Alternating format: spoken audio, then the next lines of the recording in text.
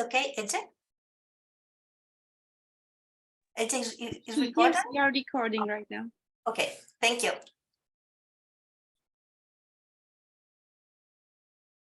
So welcome everybody to the second day of this panel series of Expected Unexpected.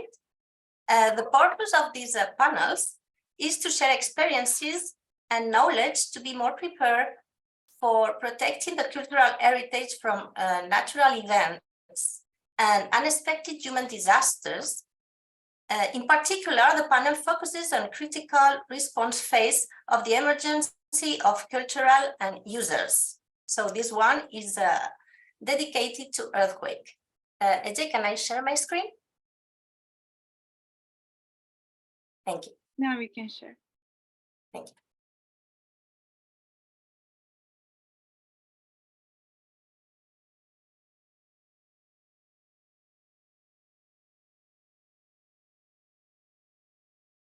So yesterday,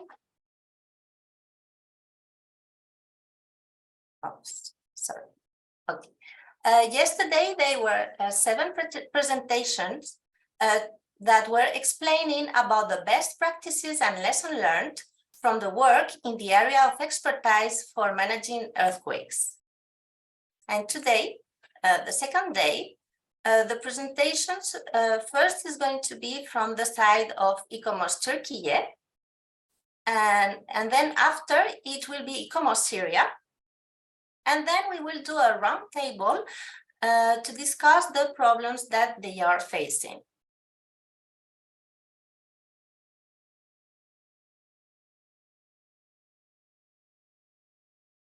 So.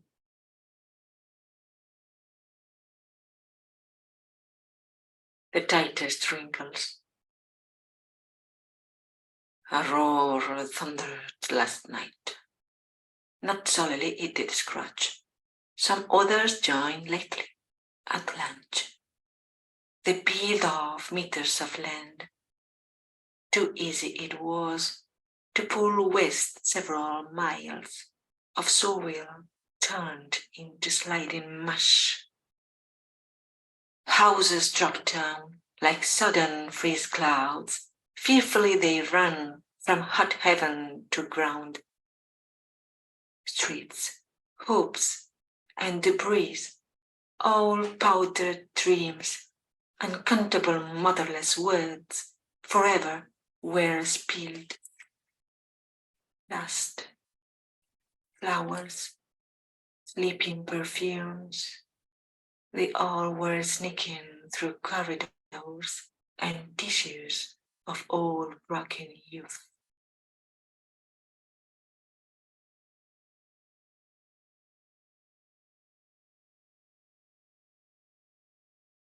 So now the floor is for the president of ICOMOS Türkiye, Burçin Altinsay. Thank you very much.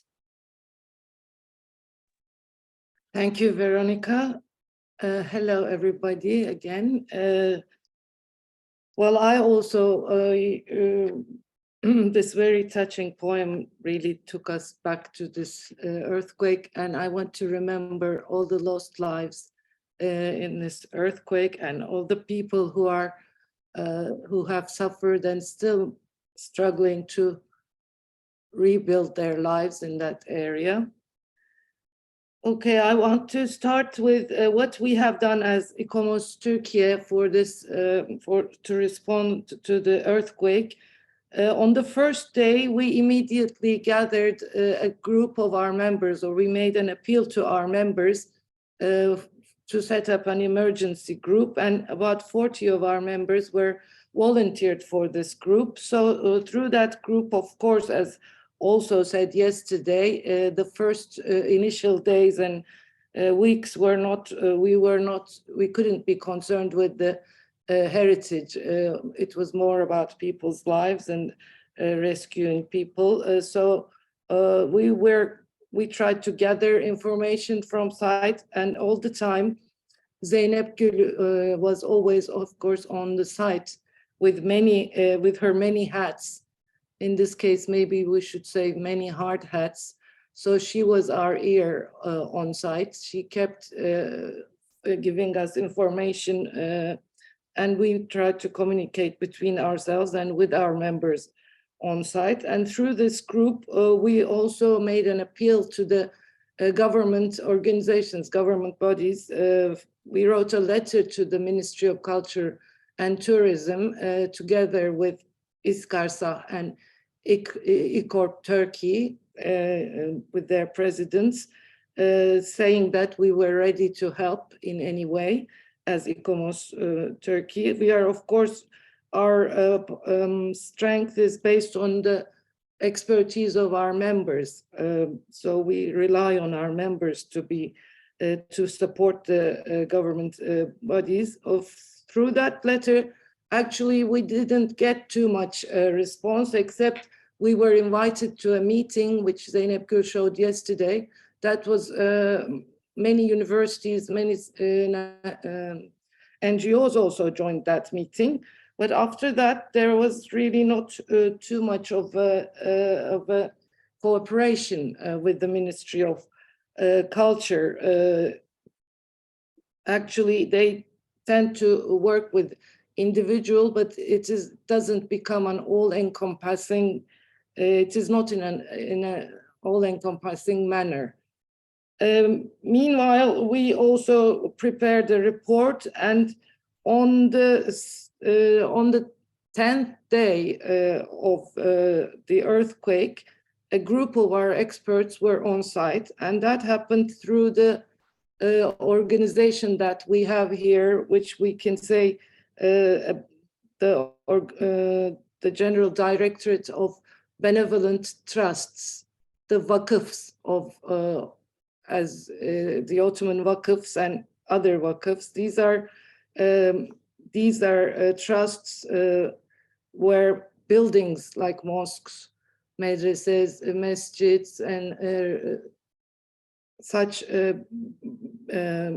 buildings are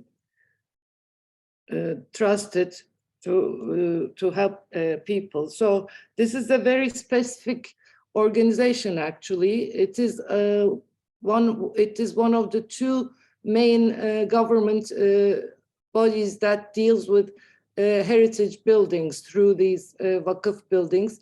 The General Directorate of Vakıflar is responsible of such buildings. They were a separate organization directly connected to the Prime Ministry, but now for a few years they are also under the auspices of the Ministry of Culture and Tourism.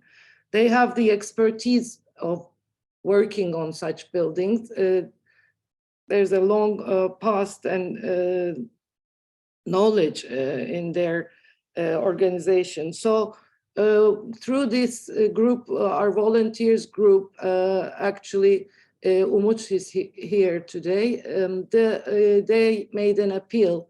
The Vakıflar, the trusts organization, made an appeal to the universities, asking for experts to join them. So we kind of, if you like, hooked into that.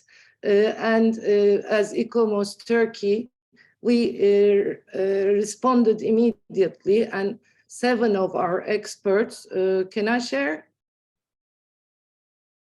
Ece, may I share? You should be able to share right now. Okay.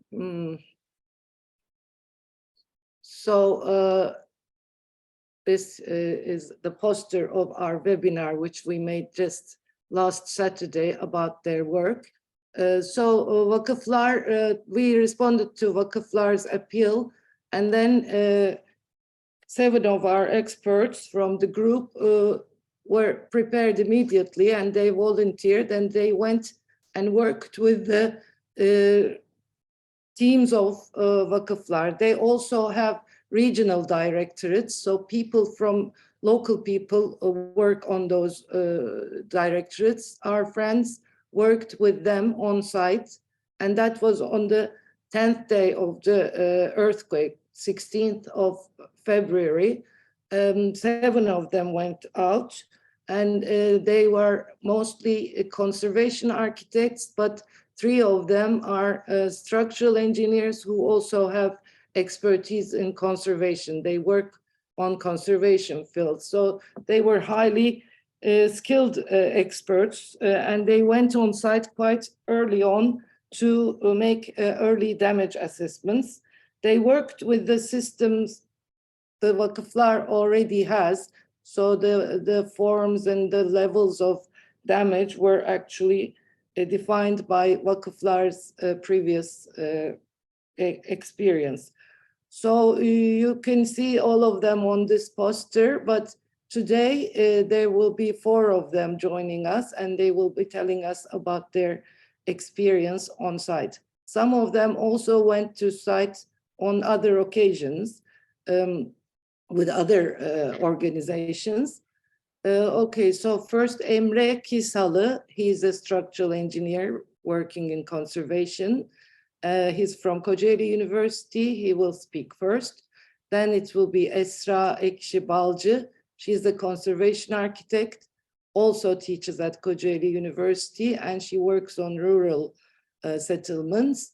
Then it will be Professor Ahmet Türer, who will join us later. Again, a structural engineer from Middle East Technical University. He's working on conservation field. And then it will be Umut Almaç. He's again a structural engineer and also a conservation expert. And he has been on site on several other occasions as well. So we are, they prepared, when they return, on their return, they prepared a report, and we submitted this report to the to Vakıflar organization. And then we are trying to follow through this cooperation, because our friends who worked on site were quite actually happy with how they worked together with the staff of the regional directorates. So we submitted this report to their director, and from then on they asked us to propose some experts to sit in their scientific committees, which we know that they are planning to make some tenders for the projects and for the implementations of for the future stages of these buildings. This, of course, this is their how should I say, this is their what they are used to. They work like that, so they do not make they work through these they outsource the job, if you like, and then they control it. So they went back to their old ways of doing jobs, and they are including the more detailed analysis of the buildings in this stage. So that's how it will go on. And on the other hand, in general, if we talk about how our collaborations go on, actually through this process of trying to somehow help and support the work on earthquake recovery and assessment stages, we also found out that as ICOMOS Turkey, we were not that much prepared to respond to such situations, except of course we have our scientific committees who are always helping us. So together with them, we kind of know what to do, but it is important how to do it and with whom we do it. In our case, our government tends to close in and goes back into its own system, and maybe not, it's not that much open to the general public or other organizations like ourselves or other NGOs. And then some decisions that comes from the top is imposed upon these sites, and the concentrations are a little bit on too much on Antakya. In those terms also, the work of our friends is quite important because they worked on 7 different provinces with vakıflar. So that will give you a little bit more wider, give information to you about the wider scene. So we are trying to work out how to mobilize and how to support authorities for effective emergency measures. But the coordination and the cooperation on the top level is really not that much satisfactory. As Kai also mentioned yesterday, it is really very difficult to reach the top levels except some individual experts.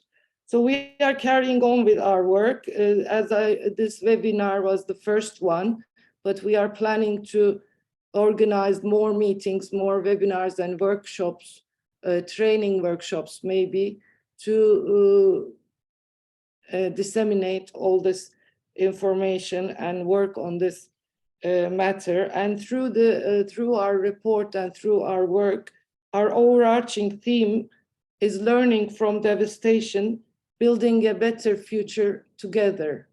This theme actually has all the keywords in it for this process.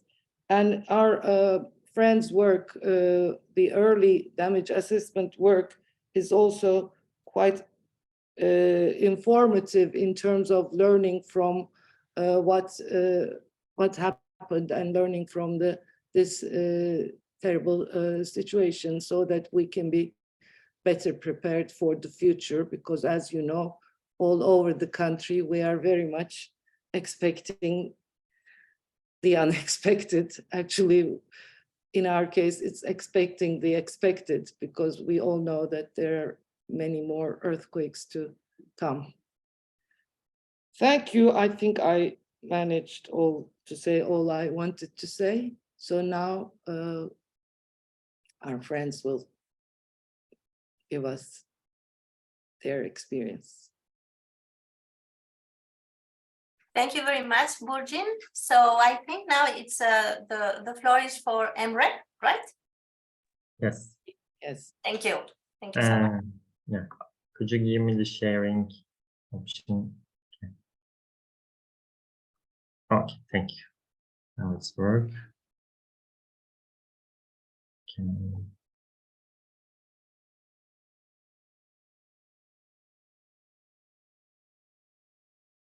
Is it full screen? Yeah, okay, thank you. Thanks for the introduction. As our president said, that I'm Emre Kısalı. I'm a civil engineer and working in the Kocaeli University Department of Architecture. I'm a member of ICOMOS and ICORP Turkey.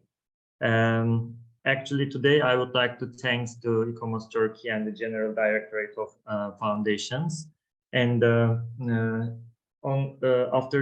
after the couple of days of the earthquake, Directorate General of Foundations in Box asked ICOMOS Turkey to ask volunteers and experts participate in the damage assessment of the monuments located in the affected area. 7 experts and volunteers replied positively to the call and traveled to the area and to join the foundation teams, WACS teams, to do the preliminary damage assessment.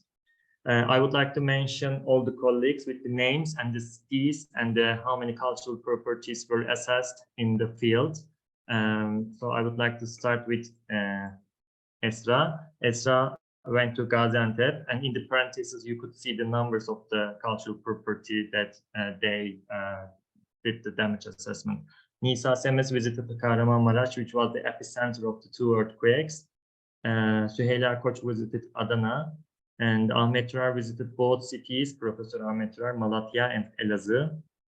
Erkan Kambek visited Antakya. Umut Almaç visited Diyarbakır, not only for the foundation buildings, he also visited the UNESCO World Heritage site, the city walls. And me, I visited Adıyaman and Urfa. Total 182 cultural properties of the foundations were assessed between 15th and 18th of February. So it was a really good occasion for us to see all the buildings. And the Professor Ahmet Turar will give you the details in terms of functions and statistical value regarding to the damages. I would like to talk about the brief methodology what we used during these damage assessment. Of course, we used this European microseismic scale, EMS 98. But in the field, we combined with the grade 4 and the grade 5 together because there were like a very heavy damage destruction and partial damaged buildings. So that's why we combined the grade 4 and 5, and we used Copernicus EMS classes for that. And for the number 4, it's like a grade 4, very heavy damage and destruction and partially collapse. And the grade 3 is like a moderate structural damage, and grade 2 is slight structural damage. And the grade 1 is negligible or no damage at all. We use these colors into the Google Maps, and then sometimes we use the gray color, which means that we couldn't enter the structures.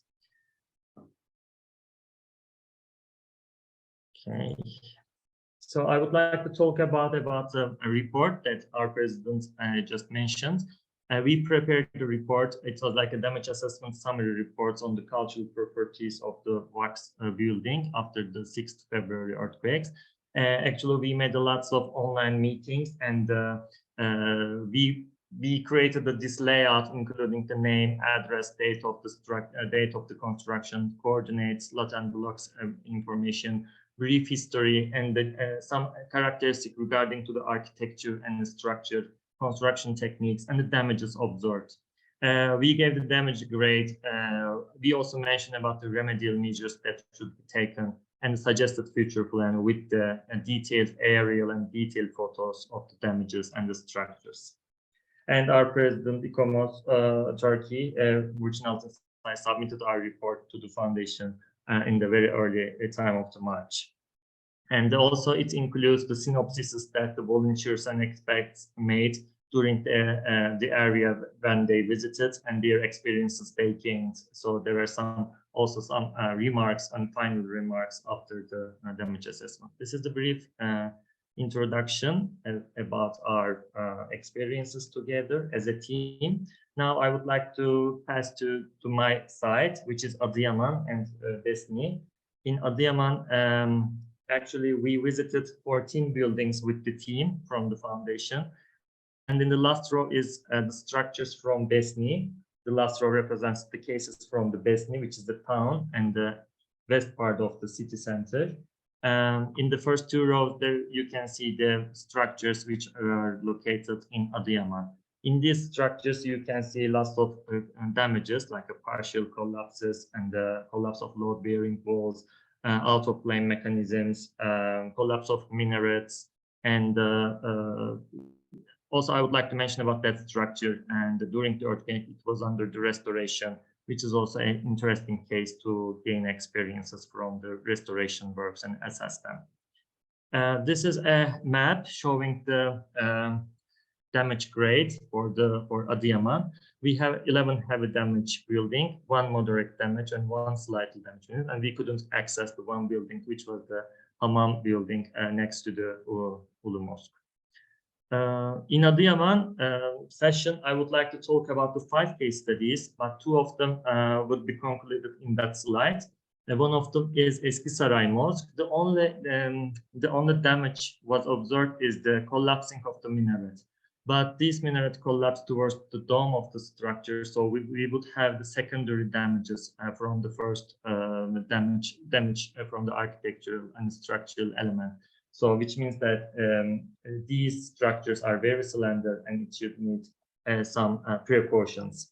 The other one is the one that I mentioned just in the previous slide is Çarşı Mosque. It was also under the restoration, and it was a really good occasion to see the materials that were used during the restoration works. Actually, the specific and peculiar material which are used in this tradition in the monuments are Urfa stone. There were 4 quarries in the region, and they were taking these stones from these different quarries. And actually, while we were visiting that, the general mechanical characteristics, properties were not so good, and it was like a very soft because they preferred the for the workability purposes, but this is one of the observations that we made. Now I would like to give a more detailed information regarding these three mosques, and I would like to start with the Ulu Mosque, Adıyaman Ulu Mosque, which was very popular also in the social media. Actually, this building was collapsed in the first earthquake, and the east wall and also the south wall were collapsed immediately after the first shock, but the southeast corner were standing after the first earthquake. But in the second earthquake afternoon, in the 6th of February, the reinforced concrete building, which is located south of the structure, were collapsed towards the structure, and that corner also was under the rubble. So the building has a secondary damages due to the second earthquake. You can see the structure, reinforced concrete structure, collapsed towards the Ulu Mosque.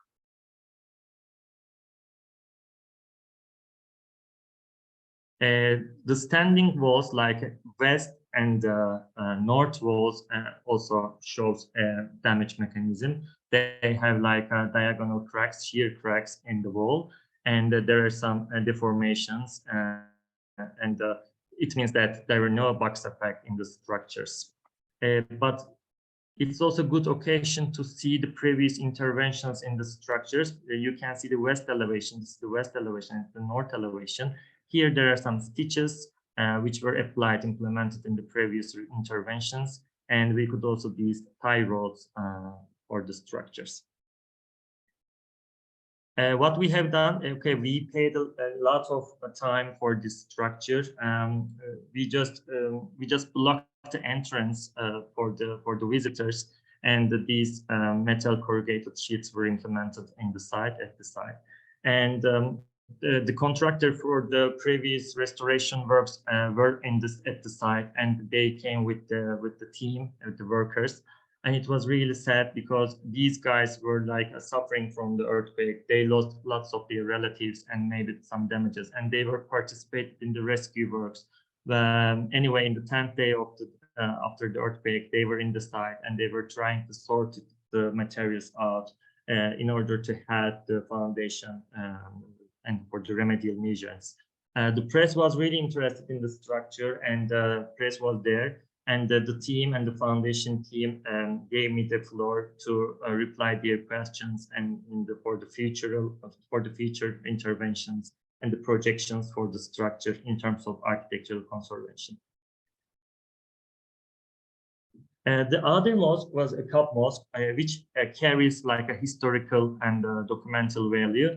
It also carries an architectural value too, because it's like it includes a very unique structural elements. For example, we can see the dome, timber dome, which were intervened in the 1923 interventions.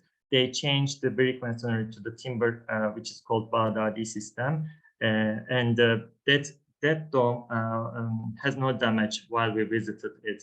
But the entrance hall and the minaret was collapsed. And also there were some out-of-plane mechanism in the elevations.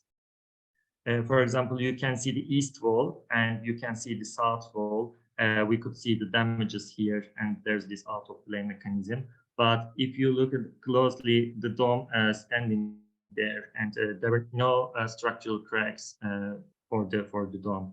The most interesting part is the timber bands, because these are not continuous and they were just blocked on inside the wall. This is the picture from the inside, because while we were visiting, we couldn't enter the structure, but the president of the foundation, regional foundation of Urfa, sent me this picture from the interior part of the mosque when we came back to Istanbul. The other structure,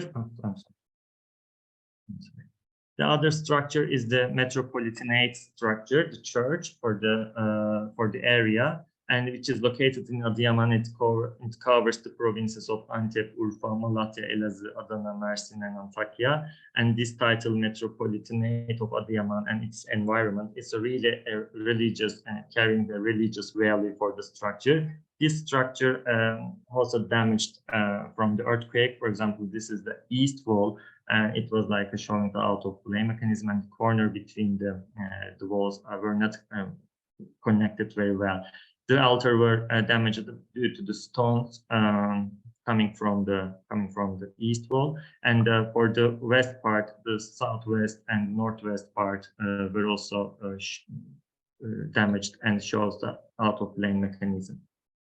But the most interesting part is that they had the tie rods inside the structure, and it creates something like a horizontal diaphragm. And inside the structure, there were no serious cracks, so these tie rods works very well. Our colleague Umut Almaç, who is going to present in the later stages, visited the same area in April 2023, and he visited the same buildings there, because while we were visiting, the engineers and the workers and the contractors were also thinking about the remedial measures, because these structures were really vulnerable to the aftershocks. So they would like to support with the timber or steel structure, and they would like to keep it and consolidate the remaining parts. At that time, in the February of 16th and 17th, the engineers were designing these supports. And when he visited, it was proved that they implemented the structures, these remedial measures. This is Ulu Mosque, this is Kap Mosque, and this is the church, Metropolitanate, and they were all supported. What I would like to take your attention about the resilience part, because while I was going back to Istanbul, I was thinking about the city center, and I was thinking about the term resilience, because the resilient cities, they have the ability to absorb and recover and prepare for the future shocks. Of course, Adıyaman was not a resilient city after these earthquakes, but I really understand and feel and experience the historical tissue and the historical part are the key point for the resilience, because in this area, the historic bazaar were standing and all the people were trying to come there to see the structure in the city center.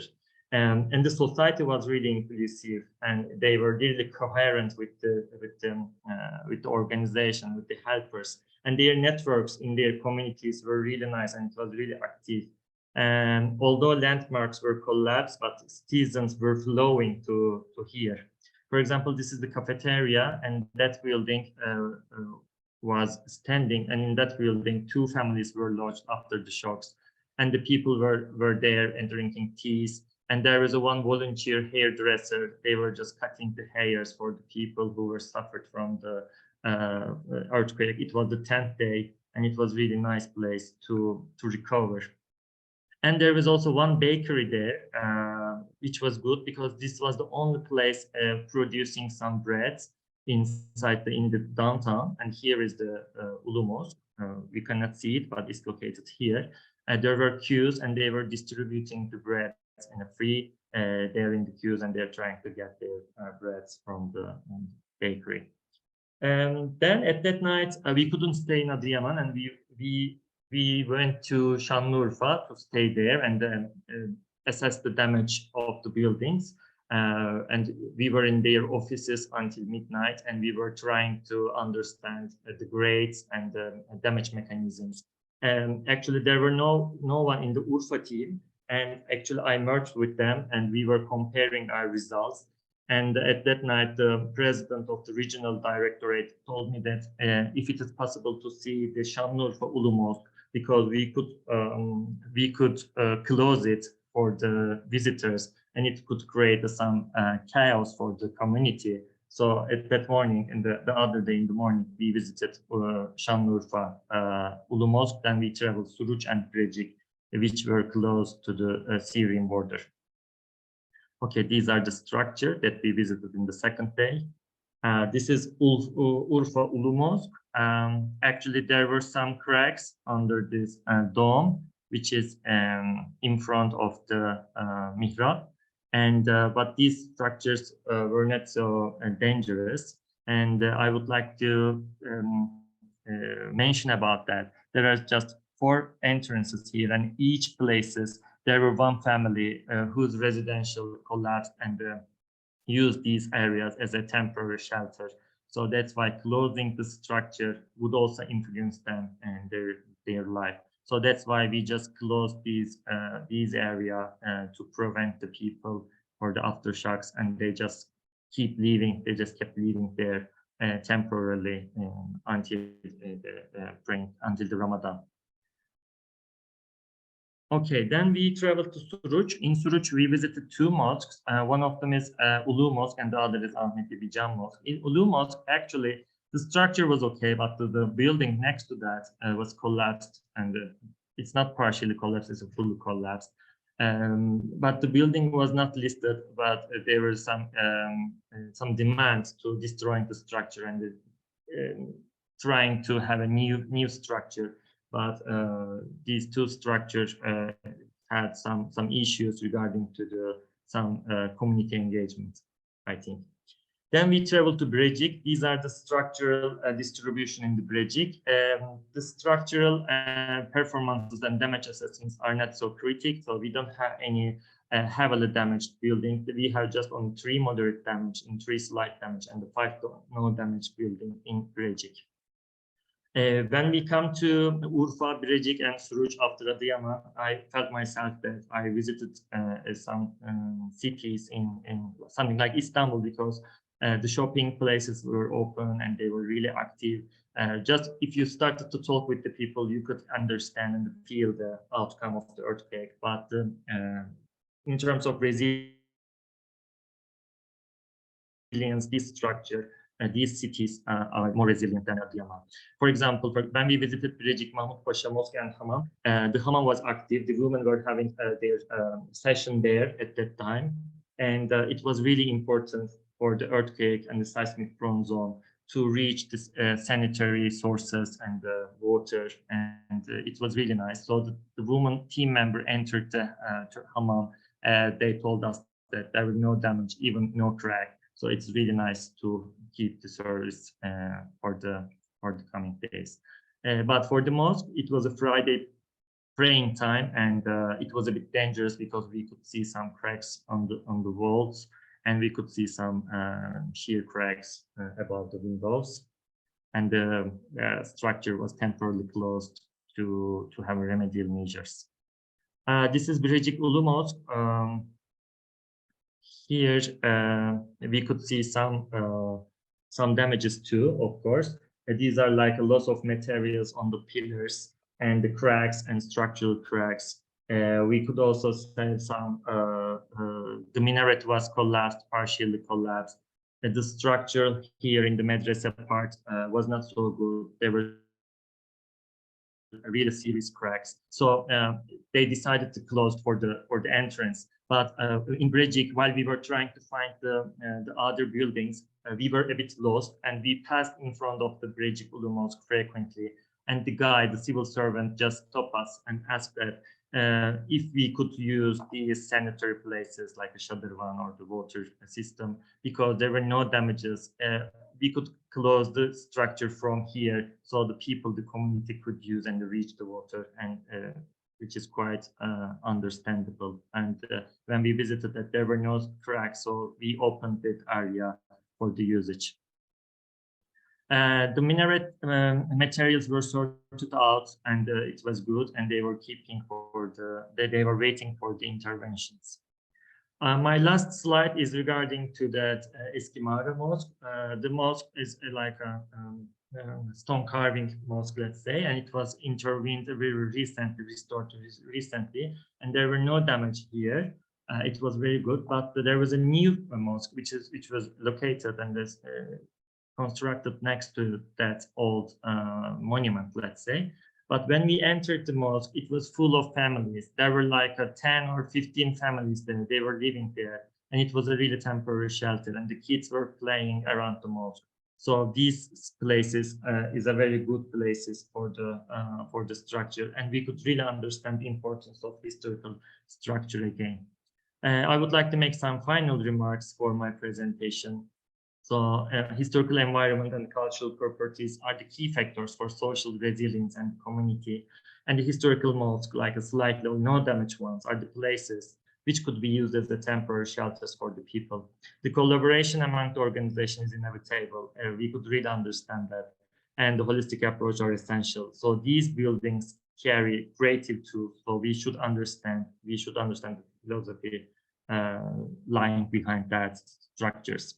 Authentic materials should be sorted out in the rubbles, and we should really make and do historical investigation, like deep historical investigation.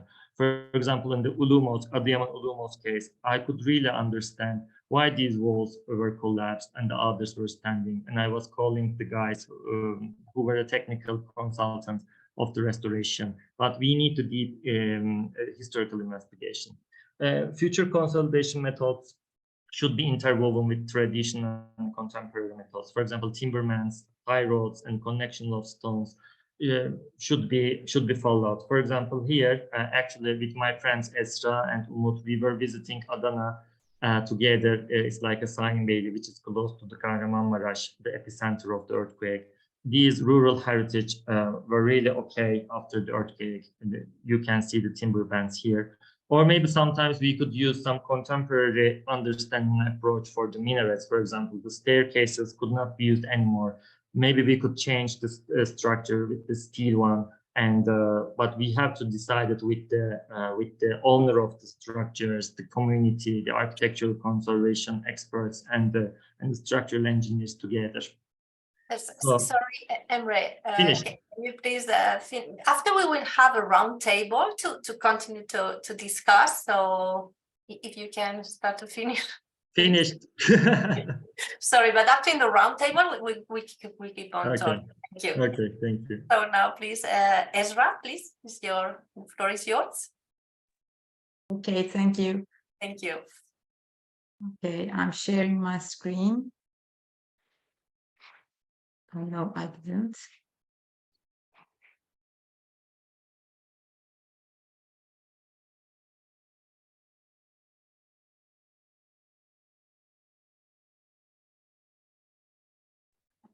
So you see my screen?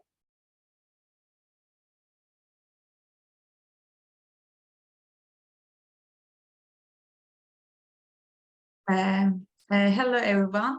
Thank you, Veronica. And I would like to begin my words by respectfully acknowledging the memories of the ones we have lost because of the earthquakes, and with a few words of gratitude to Professor Zeynep Gül Ünal, who has been involved in rescue missions in the field since the initial moments of the earthquake, and has been guiding us by providing updates about the situation in the field wherever conditions led her. And to Burçin Altınsay with ICOMOS Turkey National Committee, who has made great efforts to maintain dialogue with public institutions and discuss the future of the cultural heritage in the earthquake region. And to, of course, the directorates of the General Directorate of Vakıflar, who have made this collaboration possible. And to ICOMOS Turkey Earthquake Volunteer Team and my colleagues, which Emre mentioned, who were able to participate in the rapid preliminary assessment work within this team.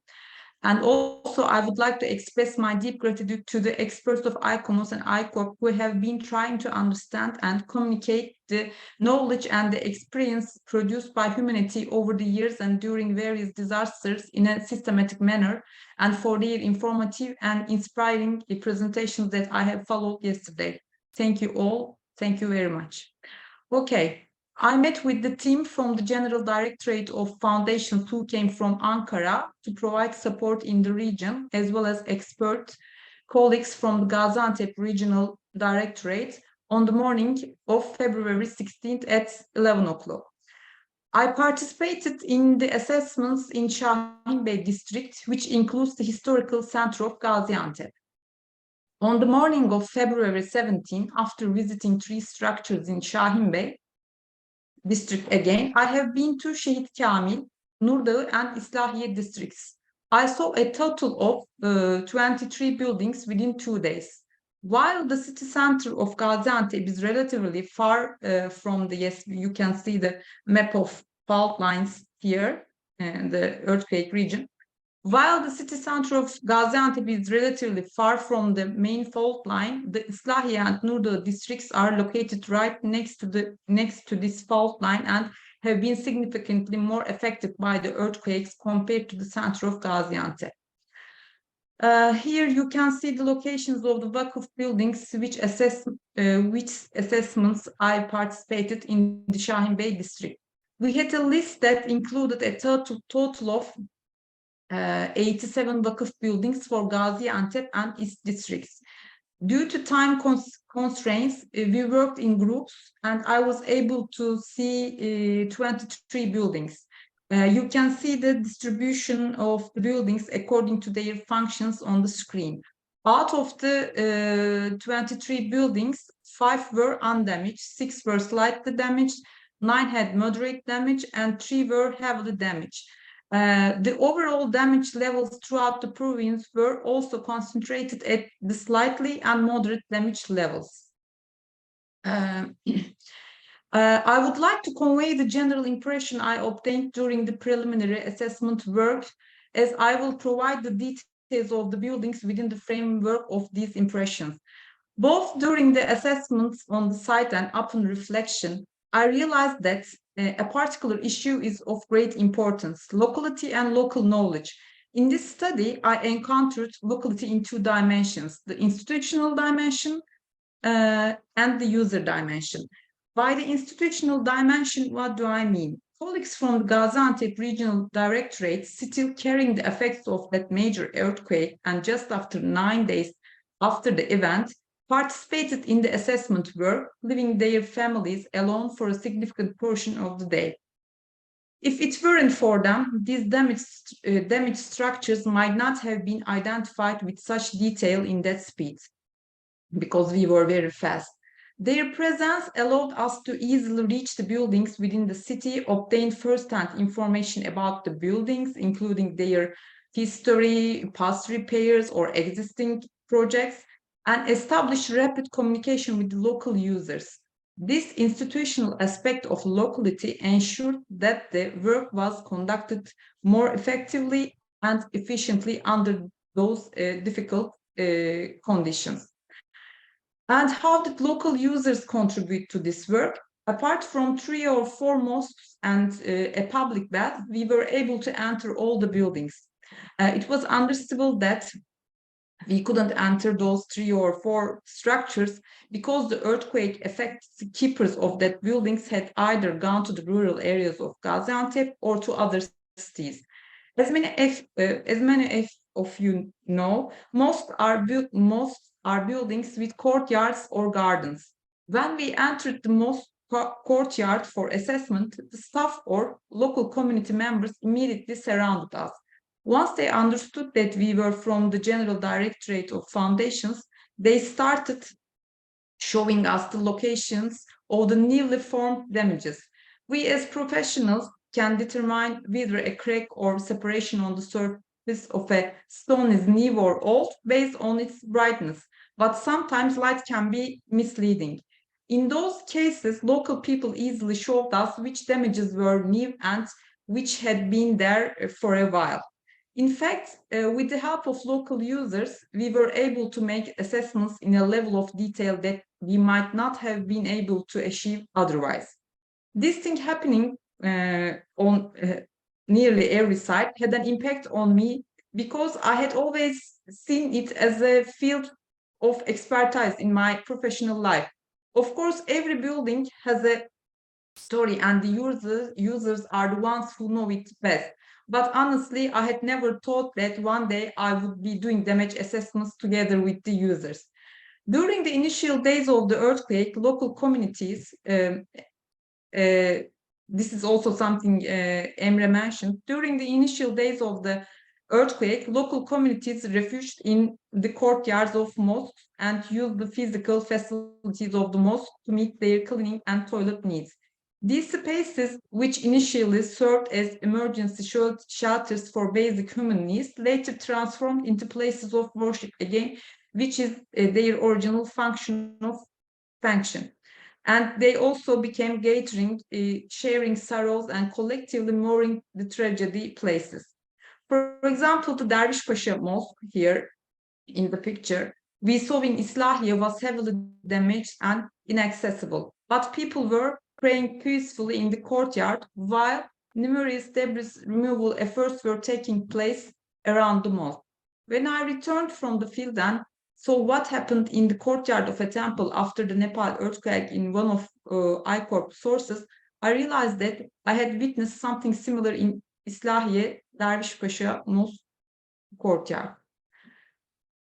And from some examples from my side, I grouped the structures I saw based on their damage levels.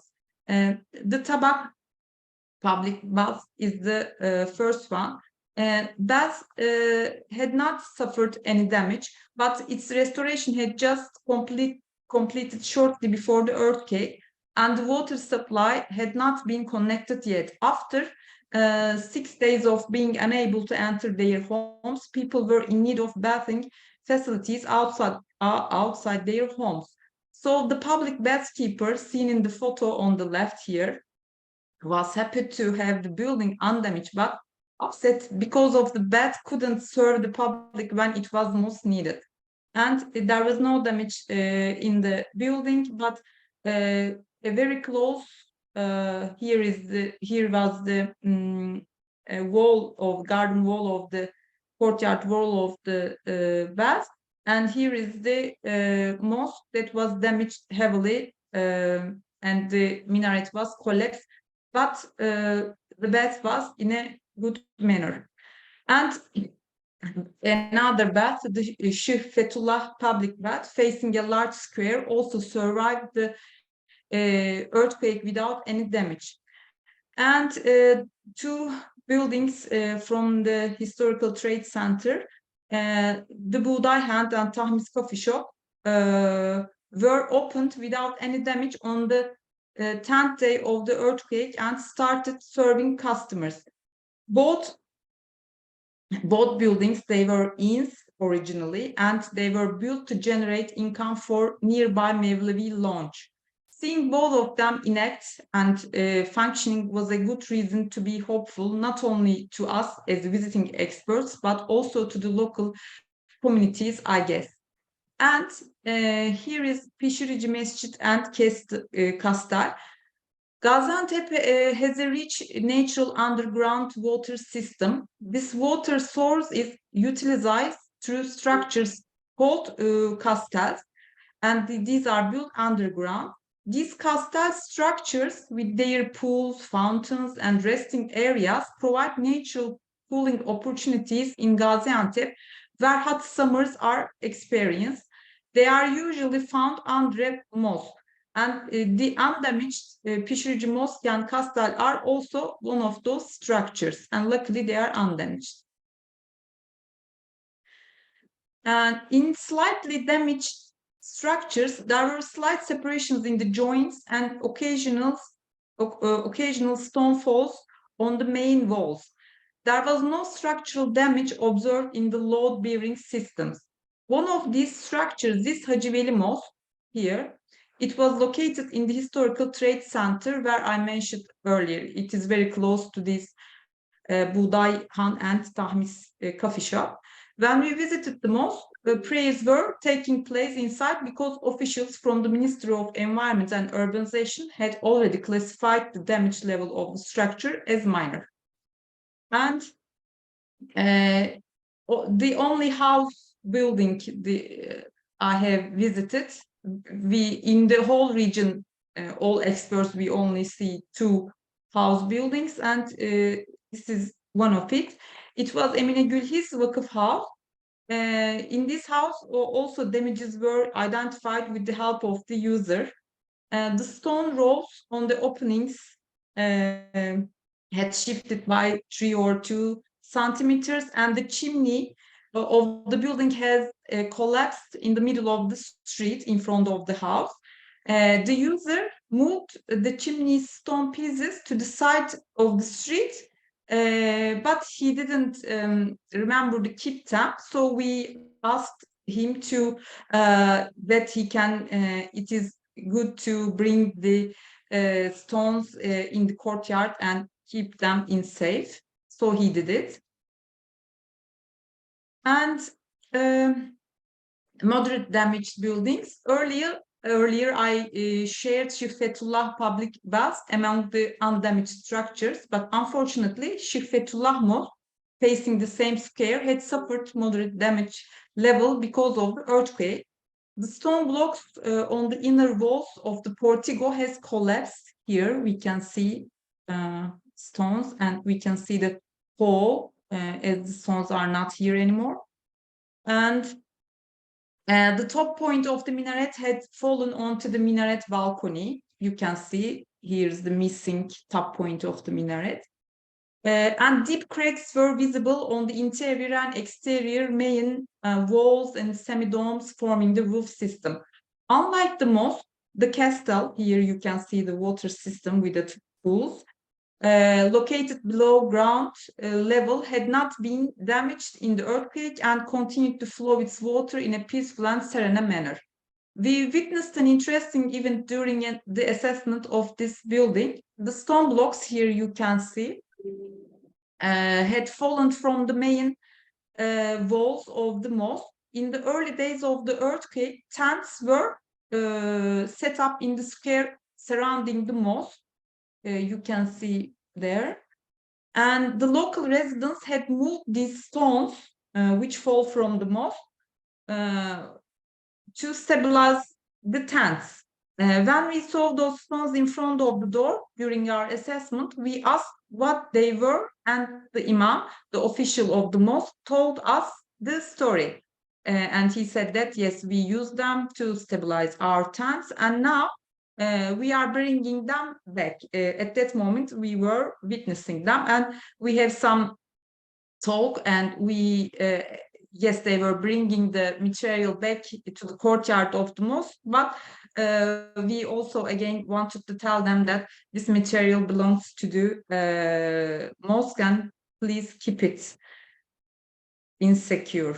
And some mosque and Ahmet Çelebi Mosque are also examples of moderately damaged structures. Both of these structures had deep structural cracks visible in the minarets. Here you can see, and here in the other crack on the minaret. And main walls and roof systems. The structures we saw in Gaziantep had also unique details of art history. For example, one of them was the decorative program of the wooden women's gallery in Ahmet Çelebi Mosque here. And this is a very, very unique decoration on wood. And this made me wonder if these important details are also taken into account when preparing disaster scenarios for buildings with such special features. And heavily damaged buildings, as also Emre mentioned, and my other friends will also mention, it is common in the earthquake zone that the minarets collapse completely or partially, damaging the main spaces of the mosque. Kanalıcı Mosque is one of these examples. Upper part of the balcony minarets fall into the courtyard here, and on the roof here they take it away from the road and they keep them near the mosque. And also on the roof of the main hall. While we were conducting the assessments, there were requests from the local residents for the removal of the minarets, as they were afraid of the aftershocks, and the building was in a very busy urban area. The collapse of the minaret onto the wooden roof did not damage the load-bearing systems, you can see here, but broke through the wooden coverings and reached the flooring of the women's gallery. It also caused damage on the eaves of the southern western sides. My last example is the Dervish Pasha Mosque that I mentioned earlier in the slides. with community, how communities use the mosques and heritage buildings. I obtained a photo of the minaret's condition before the earthquake. Here you can see it, and the color changes on the upper side of the minaret. It is not only the color, it's also the material and the masonry technique probably changed. And it was like this before the earthquake. But the minaret was collapsed from the point where the material and the masonry system changes. And there is also if the minaret had not been obstructed by the adjacent reinforced concrete building and could swing freely, perhaps it would not have collapsed. I thought of this because this concrete beams probably didn't let the minaret swing freely, and so it made it collapse more easily. So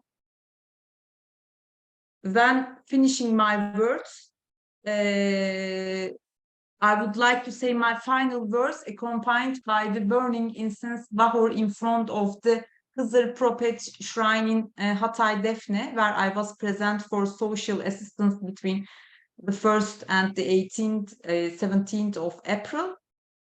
The 6.4 magnitude earthquake that occurred on February 20, the second earthquake we say, but it is the third, highlights the importance of initial assessments because there were buildings that didn't collapse during the initial shocks, but collapsed later on. It would have been better if the geography wasn't so big and the damaged buildings would have been suspended or reinforced. Perhaps they wouldn't have been affected by the earthquake on the 20th of February. However, when you actually see the geography, when you witness its magnitude, and when you see that people are still struggling for the lives of their loved ones, these become somehow a secondary issue. If local communities receive training on technical interventions for the buildings that provide them shelter during crisis moments, we may become better equipped to deal with widespread crisis.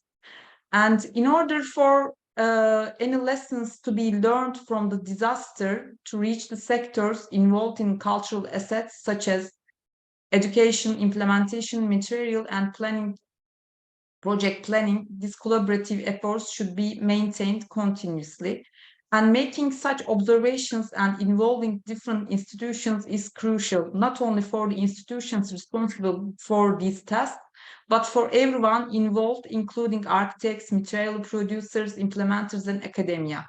We need to learn and teach each other. For this reason, these collaborations and assessment process are of great importance. Our initial assessment was conducted very quickly, but it's completely changed on February 20th. In order to learn better, extensive and detailed studies need to be conducted before starting the permanent restoration practices. On May 6th, we organized a webinar to evaluate the results of this collaboration, which Burçin Hoca mentioned. And during the webinar, the General Directorate of Vakıflar stated that they would carry out a comprehensive documentation process on these structures. And such collaborations are important not only for sharing the workload, but also for experiencing the ability of different types of institutions to work together during extraordinary situations and sharing the financial and emotional burdens of the crisis. I hope that this collaboration, which started in the rapid assessment process, will continue in the process of improving, repairing, and reintegrating our cultural assets that carry the memories of those we lost. Thank you. Thank you, Ezra. We will go deeper in your remarks in the roundtable. Thank you very much. So now I think it's the floor of Ahmet Türer. Is yours? Yes, I think so. Hello, everyone. I see some familiar faces, and before we get too late, I think we are a little bit behind schedule. If you wish, I can start right away. Yes, please start. Okay, let me share my screen. Yes, thank you. Hopefully, everybody can see.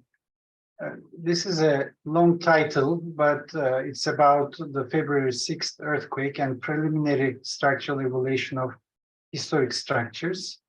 ICOMOS Türkiye and General Directorate for Foundations voluntary field observations study.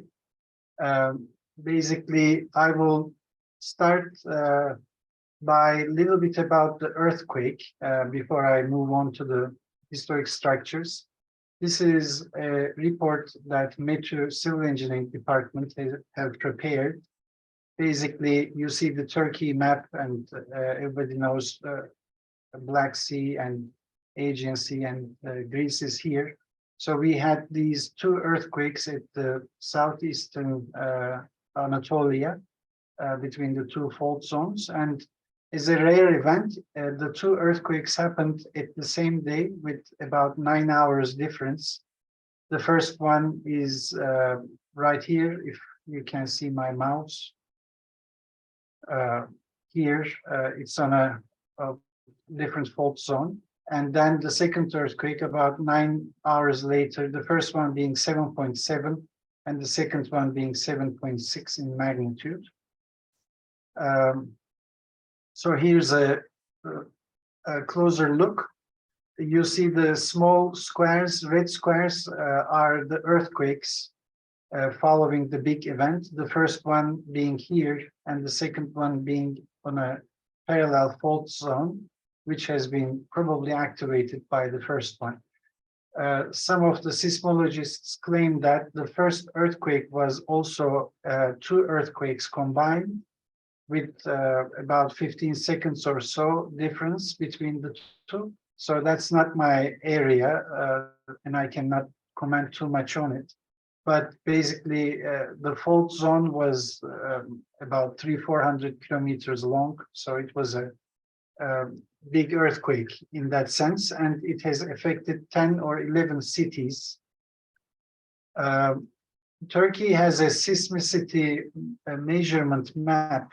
So the small triangles that you see here are some of the stations that were triggered by the earthquake. So the farther ones are not triggered. When we look into the data, I want to emphasize a few things.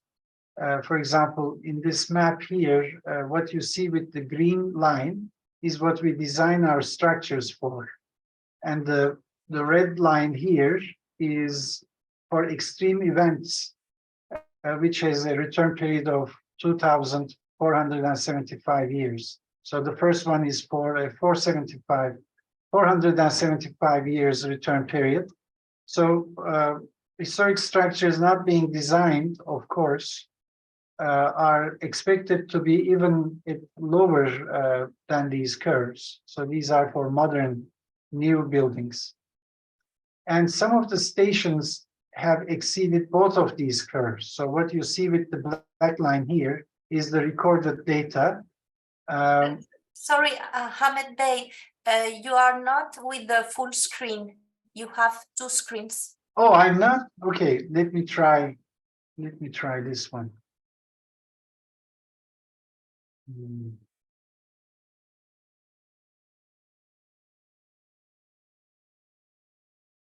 Now we can see you, not the presentation.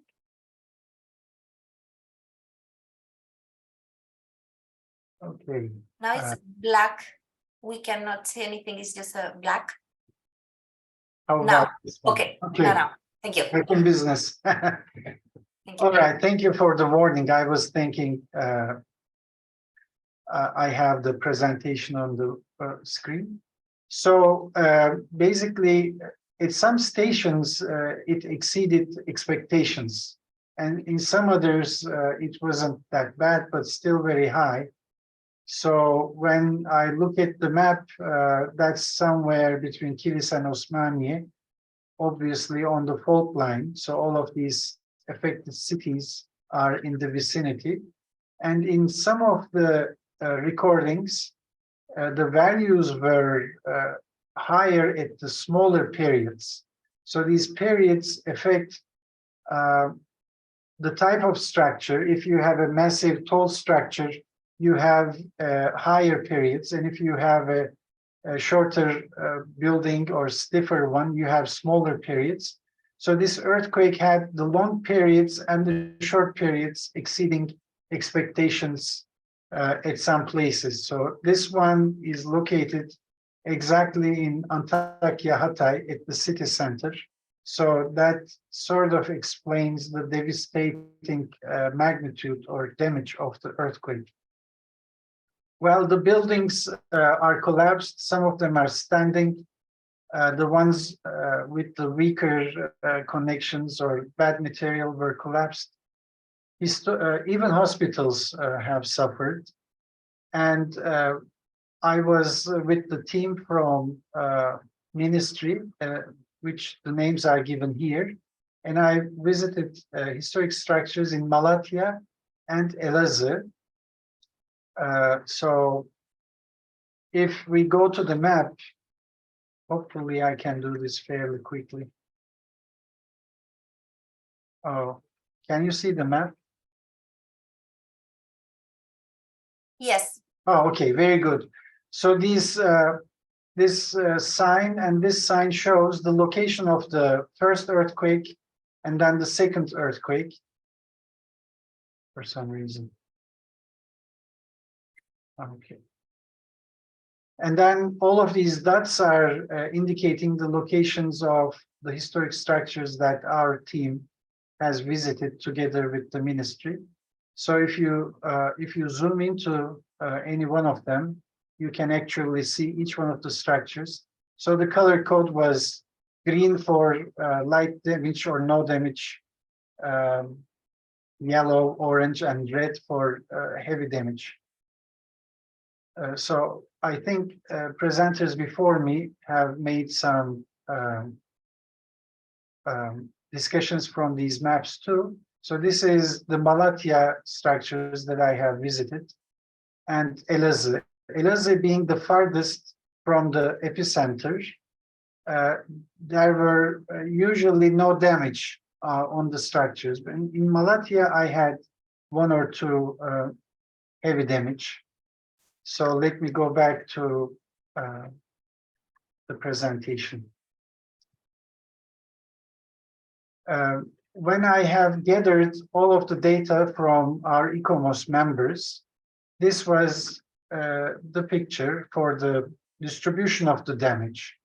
So Kahramanmaraş, Hatay, and Adıyaman had the most numbers. 3 is heavy damage, 4 is like collapse. Sorry, 3 is medium and 4 is like collapse. So these were in this range. Whereas when we go to Malatya, Şanlıurfa, and Gaziantep, the damage has been reduced to medium level. And in Elazığ, Adana, and Diyarbakır, they were in the vicinity of 1 to 2. So that's a function of the distance and the building stock, of course. So these are the closest cities. The red ones that you see are standard deviation, which is an indication of how sparse these grades were. For example, this can be 3.5, but if it is a large standard deviation, it means there were a lot of number 1s and 2s and a large number of 4s and 3s. So the distribution was wider. So whereas a smaller standard deviation indicates that they were mostly light damage, but just a few of medium damage or so. So that gives you an idea of how the damage was sparse or narrow. So smaller damages and lighter damages, heavier damages. If the distribution, the standard deviation is high, then that means there's a variety of damages. Now, when we look at the type of the structure, most of the buildings we have visited were mosques and masjids, which are smaller mosques. And the damage level, except for the unknowns, were on the heavy side for the mosques. So this includes all of the cities that we have traveled. So that's a short summary. And as the number of the structure types decrease, we see a general trend towards light damage, especially for masjids. It is on the lighter damage side. These are the affected regions, and again, the distance is a major aspect.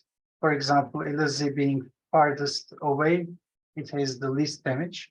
In Malatya, Yeni Cami is a drastic one. This is last year after the restoration, and this is this year after the earthquake. Most of the structure is damaged, except for the minarets, maybe. This is the northern side of the mosque. I think it has more walls here. So this side stood up, including the minarets. And you can see another mosque at the back side without the reinforced concrete one, a relatively new one. When we look at the details, we see some short anchorages and thin diameter. We see the same picture here, short ones, thin diameter. And for the newly constructed buttresses, they had some hair-like connections, which I think made it susceptible to damage. And some of them didn't collapse, some of them did collapse. How am I doing with my time? Maybe 5 minutes more. Yes, you can keep on. Okay, well, this shows the mass, the weight of the structure. Masonry structures being heavy, they need to have a nice distribution of the walls. So when you violate this, I think this building was fairly new, and its name is New Mosque. Yeni Cami means new mosque, about 100 years old. And they, I think, made it too daring. It was too tall and thinner walls and things like that. A medium damage is Great Mosque, Ulu Cami. So the newly constructed buttresses were collapsed, and there were some cracks on the walls. And when you look at the ground, this is carpet. It is totally covered with plaster. It had a minaret which was strengthened in the past using CFRP or GFRP. I'm not a fan of this by the looks, and it didn't perform well. We see this crack formation and discontinuity in the members. We have offered some preliminary or immediate intervention using post-tensioning in the circumferential region. However, in the area, other minarets stood well without any CFRP, so they were in good condition. There were some old minarets. You see, there are no mosques. When they demolish a mosque, they don't demolish the minaret. That's a cultural thing. And there were a minor damage at the top, and there was a very old one made out of bricks again. So I haven't seen any damage like this in a minaret before. The middle portion had suffered, and this is not because of earthquake, I believe. That was pre-existing. There is this caravanserai, which had again some plaster falling and cracks formation, but this glass tall structure didn't collapse, for example. You see the back mirror or window has moved a little bit. This one has been collapsed, but some of them didn't collapse. So that's an indication of the damage or the acceleration. And it had some preliminary water damage. So that must have weakened some parts of the structure. This is another structure which has some medium damage, I would call, on the walls and at these corner units. but the minaret was standing well. When the minaret is integrated to the building, in other words, it goes through the building, we have seen more damage. When it is separate, the damage was less.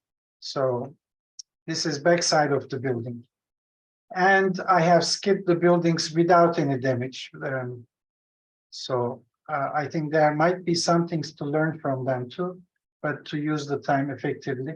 Some minor damage inside, plasters getting onto the carpet, and some keystone moving. This is a türbe. And Ulu Cami, again, no damage because of the earthquake, but it has some other problems which needs to be addressed in due time. Now, the preliminary results, this is my final slide.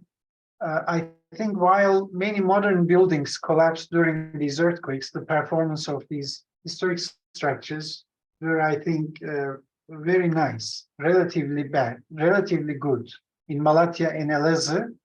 And of course, they have suffered tremendously in other cities which are closer to the fault line and the epicenter. So probably that shows the brittle nature of historic buildings. If the force or the acceleration exceeds a certain level, they crack and they can quickly move into the heavy damage. While if the acceleration and the forces are below its limit, linear limit, they serve very nicely. In these two cities, I have seen one collapsed mosque, two mosques with buttresses collapse, major cracking in the walls and minarets, some of them horizontal cracking. FRP application is problematic and anchorage is problematic. I think we as engineers need to have a closer look at strengthening restoration studies, and before these, detecting weak structures in advance and doing some structural health monitoring studies. With this, I finish my presentation. Thank you for listening. Thank you very much, Ahmed Bey. So now if Umut, would you please speak? The floor is yours.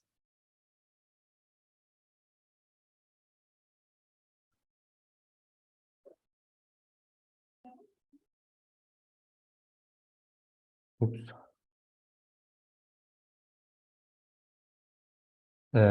Just a second. Sure.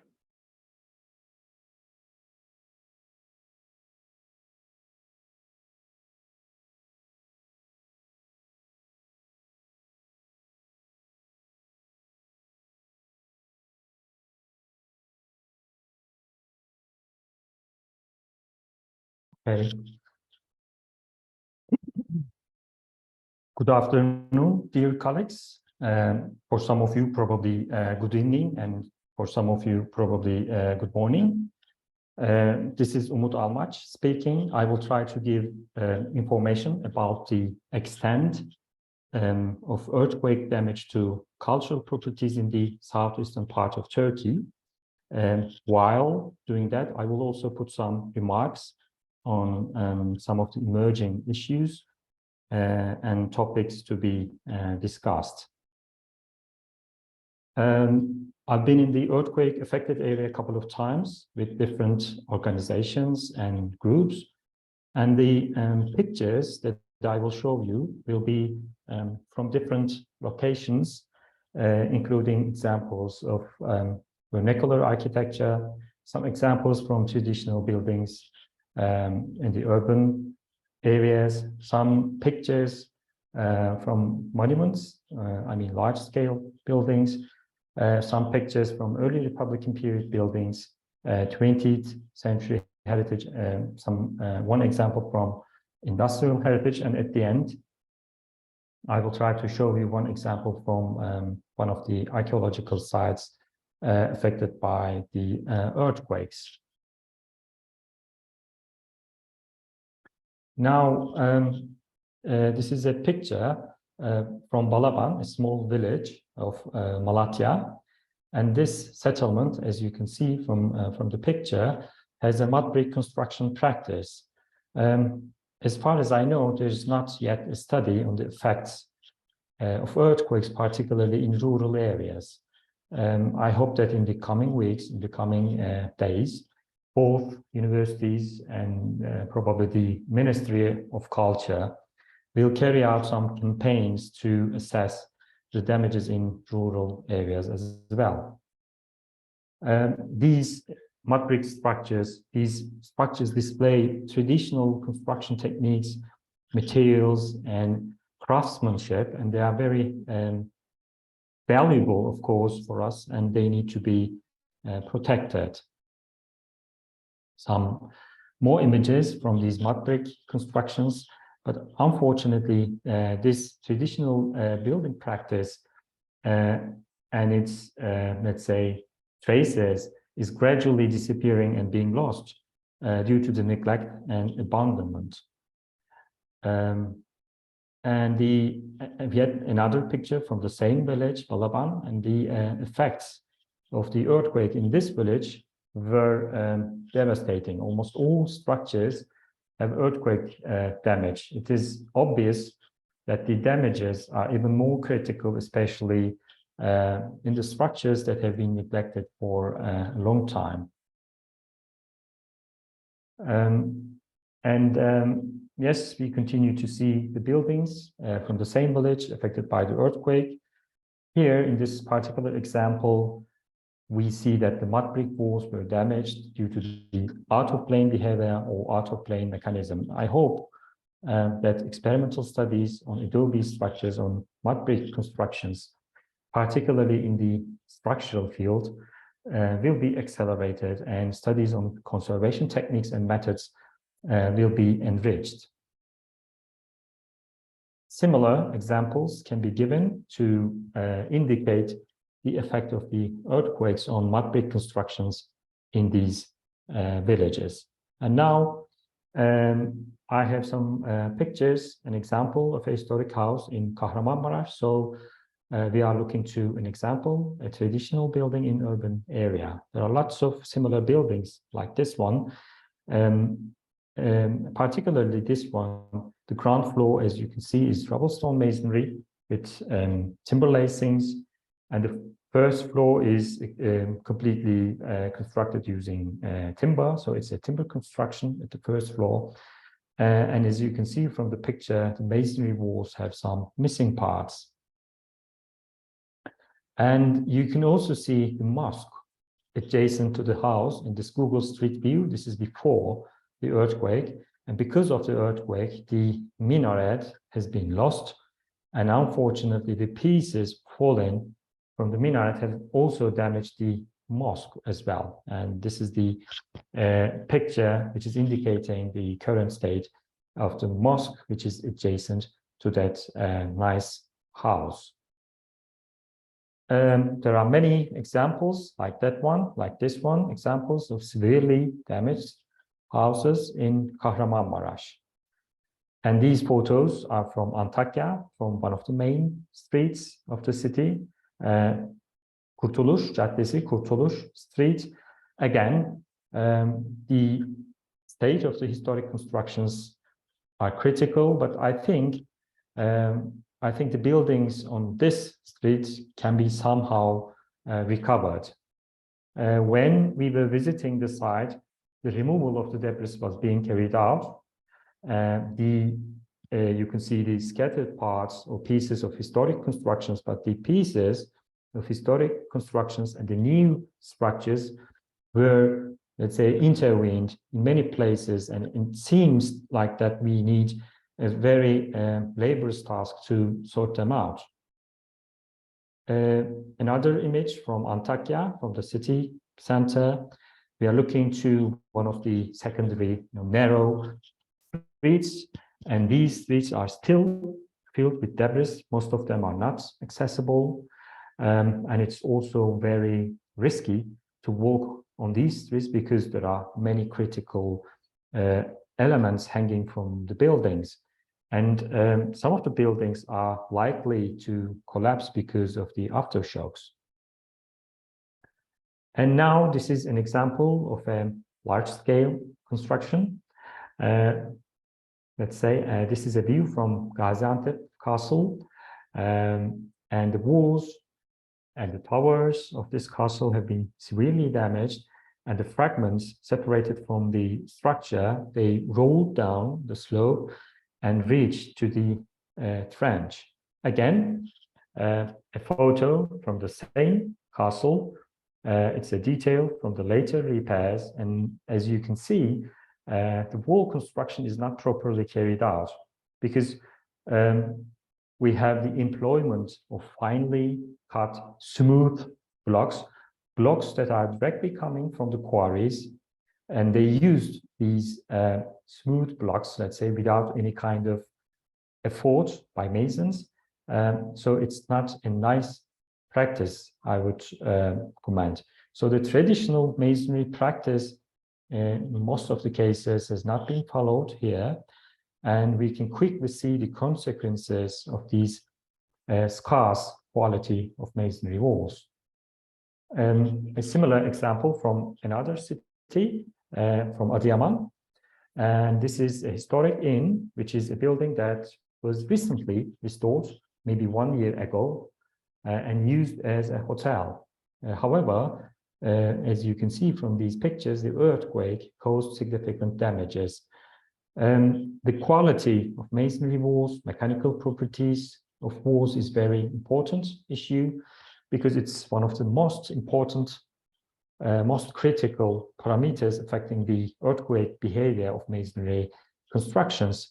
And the direct use of stone in restoration as it comes out of the quarry is very problematic. We can see also this type of work in this building as well. So the parameters such as the layout of stones in the masonry, the use of larger stones in the transversal direction connecting the leaves of multi-layered walls, and the strength of binder are very important issues. This is another kind of example. This is a primary school in Adıyaman, next to the archaeological museum, and the school was built in 1930s, during the early Republican period. So there are lots of buildings like this one from the Republican era, early Republican era. Unfortunately, this building has been also severely damaged and lost some of its parts. Again, a picture from the same building from the primary school, which was constructed in the early Republican era. So this is another building. This is the National Assembly building of Hatay State, completed at the end of 20s, and it's a listed cultural property because of its historic significance, but also it is one of the early examples of the reinforced concrete system in the region. Another example, the railways was one of the important infrastructure developments of the early Republican period, and when we talk about railways, we have train stations, we have service structures, and you can see one of the train stations here. And this building was also affected by the earthquake. And this one is an example of an industrial heritage, a cotton ginnery factory. It's a masonry construction, a masonry building dating back to the early 20th century or late 19th century. And this building is located in Adana, a city which is not very close to the East Anatolian fault, but it has damages related to the recent earthquakes. And this will be my last example. Now we are looking at the Triumphal Arch dating back to the 3rd century AD from the ancient city of Anavarza. This is an archaeological site where restoration work is still in progress. And because of the earthquake, some cracks and deformations on the walls and arches became visible on the Triumphal Arch. I think with appropriate engineering solutions, these damages could have been minimized. Now, This picture reflects the current state of the building, having cracks and so on. And this one is from 2004 because I was a team member during the work carried out to document the structure. So it's from 2004, 20 years ago.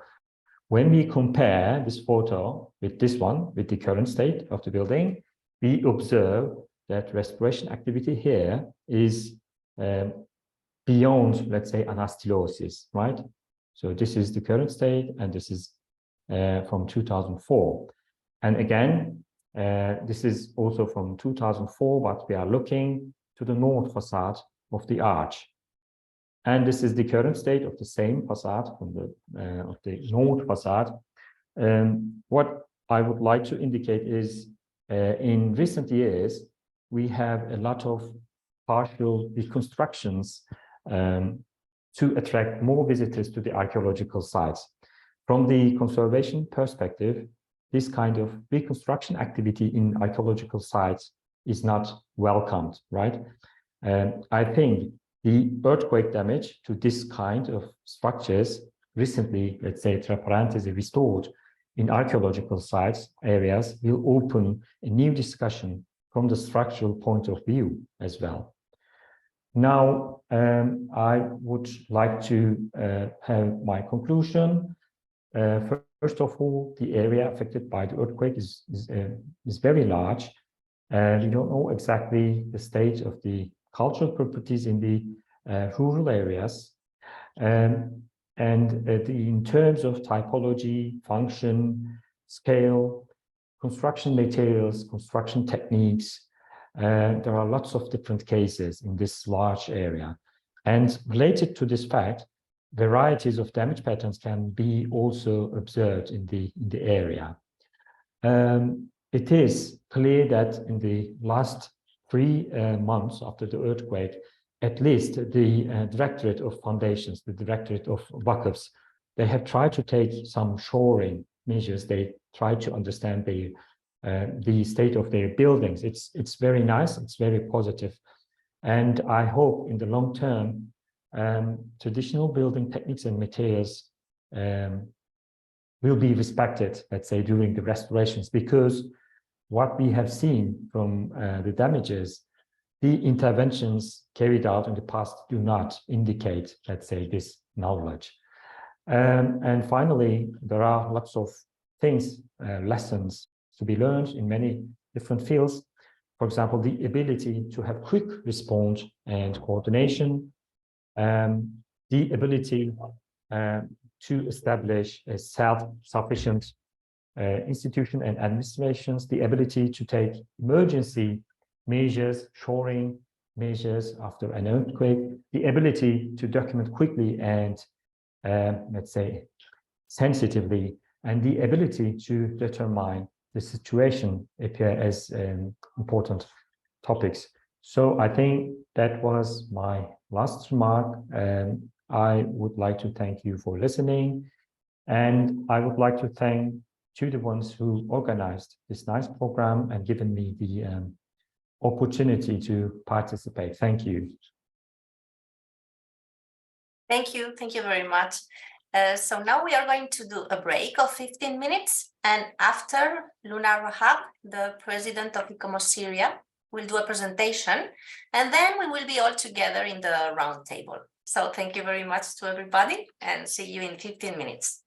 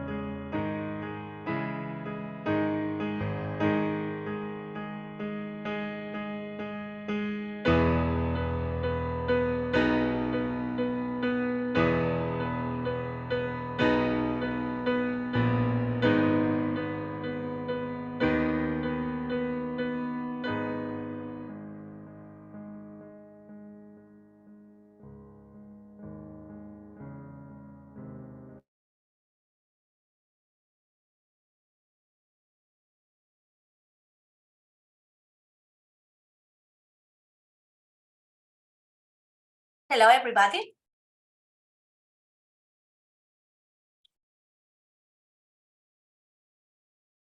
Okay, so now after the break, Luna Rajab, the president of ICOMOS Syria, will do her presentation. So, Luna, are you here?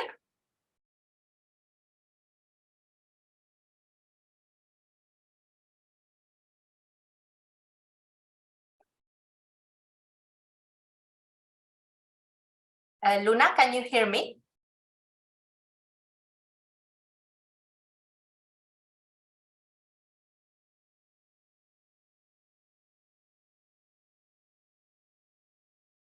We can hear you, but she's not back yet, I guess. Okay, I will write her.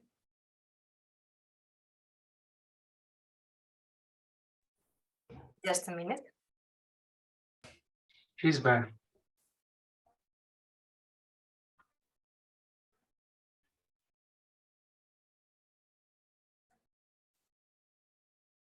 Good day, everybody. Hello, Luna. Thank you very Hi, much how for coming. Thank you. So the floor is yours. Thank you.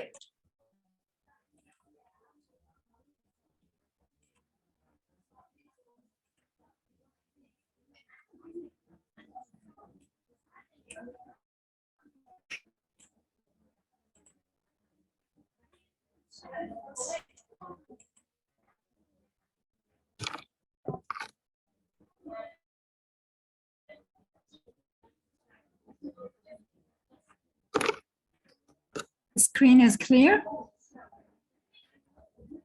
Yes, but maybe you want to maximize because we can see the slide in the right part. Okay, now perfect. Thank you.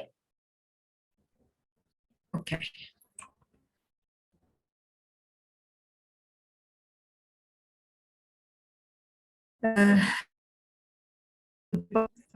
Very interesting and important webinar, and the unexpected earthquake of ICOMOS Panel Series is important to us, especially at this moment, because we are suffering from the earthquake of February. I'm going to present a little bit about what's happening in for the monuments and Syria, and the response of ICOMOS Syria to the issue. I would like to highlight the matter that ICOMOS Syria is newly established national committee. We've been launched on the beginning of this year, at the end of January, and we have been trying to work as much as we can to solve to respond to the crisis. The topic of presentation is cultural heritage in Syria and crisis response after the February 6, 2023 earthquake. The earthquake had an impact on the following governorate in Syria: on Aleppo, Idlib, Latakia, Tartus, Hama, Homs, Sweda, and Deir ez-Zor.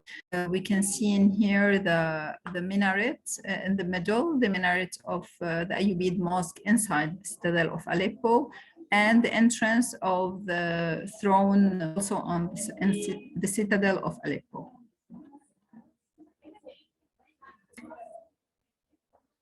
The damages within these, between minor damages that can be dealt with and cracks in some structural element, and the complete collapse of all or some parts of ancient buildings.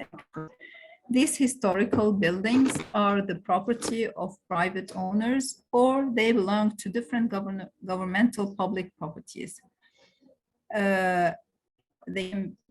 They can follow, they are affiliated to the Directorate of Antiquities, to the endowment or other government agency, or to the private owners.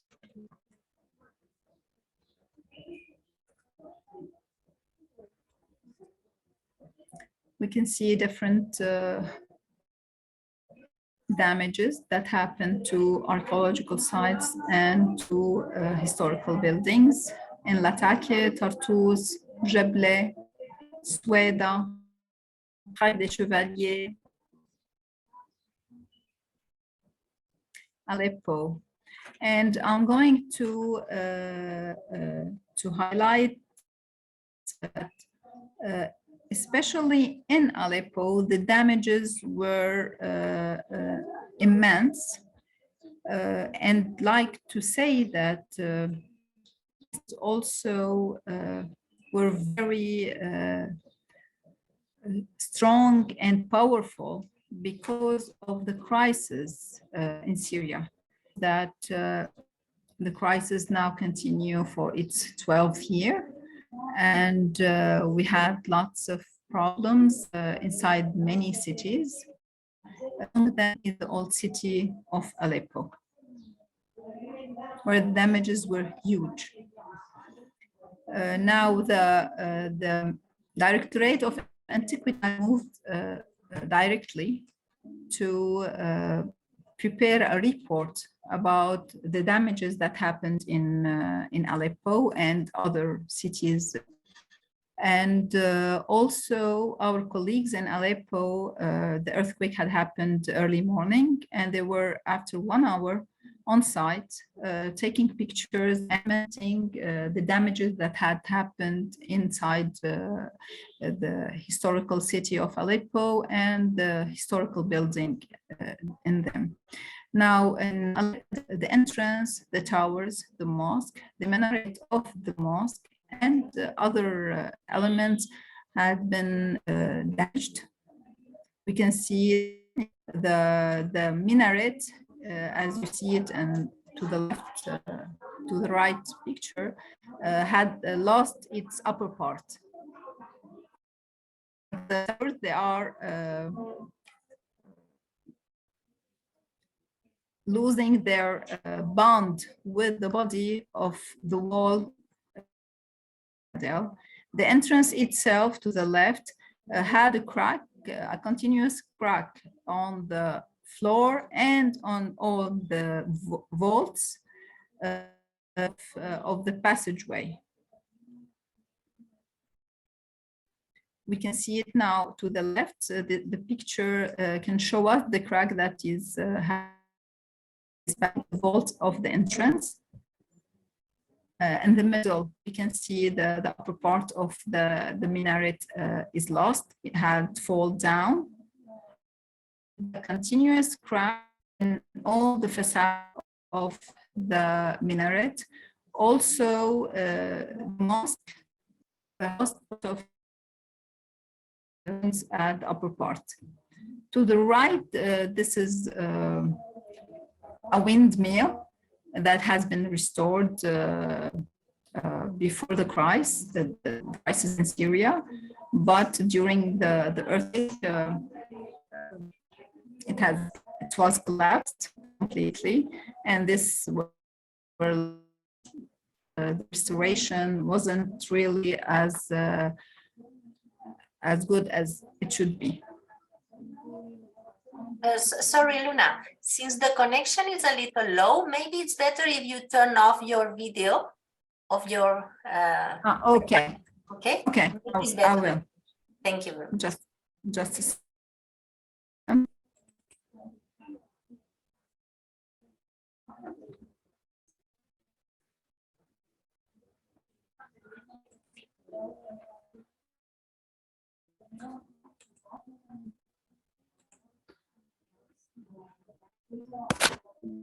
Perfect, thank you.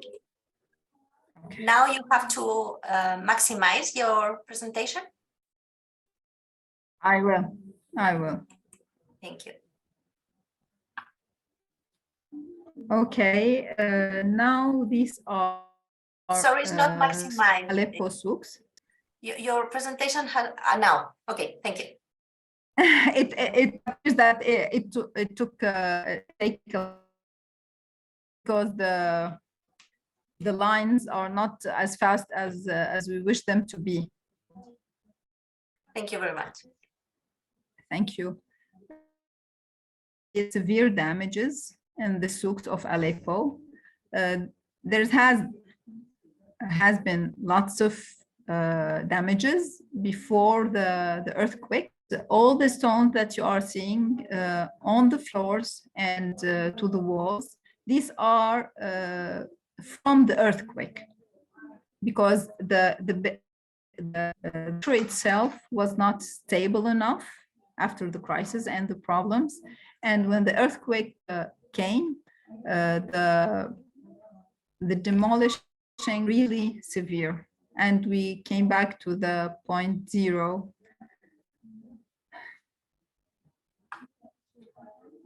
This is from visit UNESCO on the 25th and 26th of February after the earthquake. These are monuments. This is a historical madrasa that lost its dome to the right, and these are residential and commercial building. And you can see the damage that happened to the upper parts and to the balconies, and also to the wooden part. I would like to highlight that the construction in Aleppo is made from stones, and these buildings are out part of the historical district around the old city of Aleppo, inside the walls.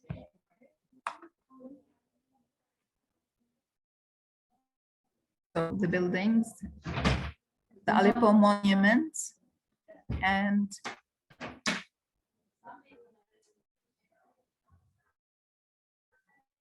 you can see the residential area has been severely intact.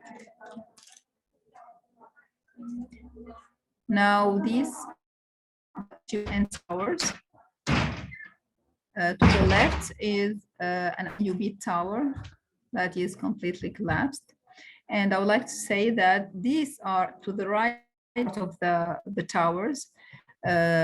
When the wall had collapsed, it supports historically a residential district. And when the wall has fallen down, all the district, part of it is endangered and collapsed, and the other part is in danger of collapsing. This is the roots that's above the wall.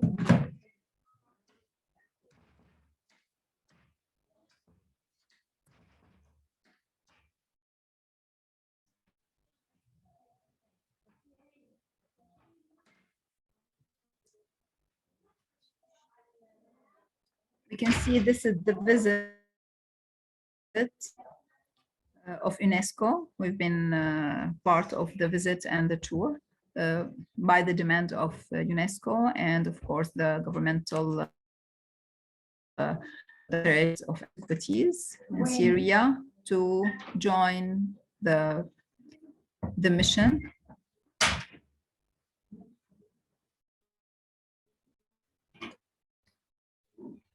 We held a meeting with UNESCO and ICOMOS Syria, the members,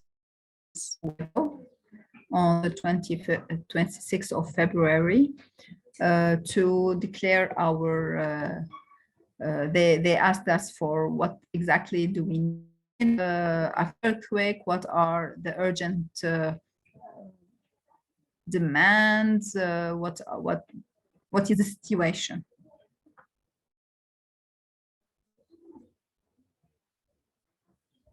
So in order to provide an accurate information, we had a workshop for ICOMOS Syria Aleppo members on the 28th of February.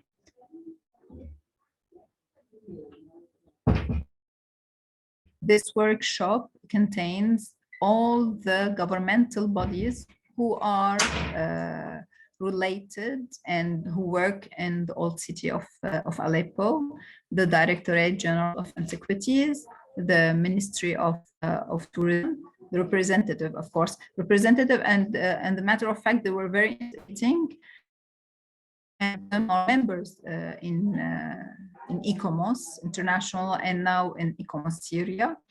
Directorate General of Antiquities, the old city of Aleppo, old city and its buildings, the Ministry of Tourism, Ministry of Culture, the Syndicate of Engineers in Aleppo, NGOs, also Al-Adiyat is also a very important NGO in Aleppo that take care of the historical buildings and around Aleppo, and other members, and of course the University of Architecture and Urbanism. If I remember other members, I think I will tell you. This brainstorming give us a very important result. Who participated in it, they are aware of all the problems that we had faced. They faced before and they are facing now in this crisis.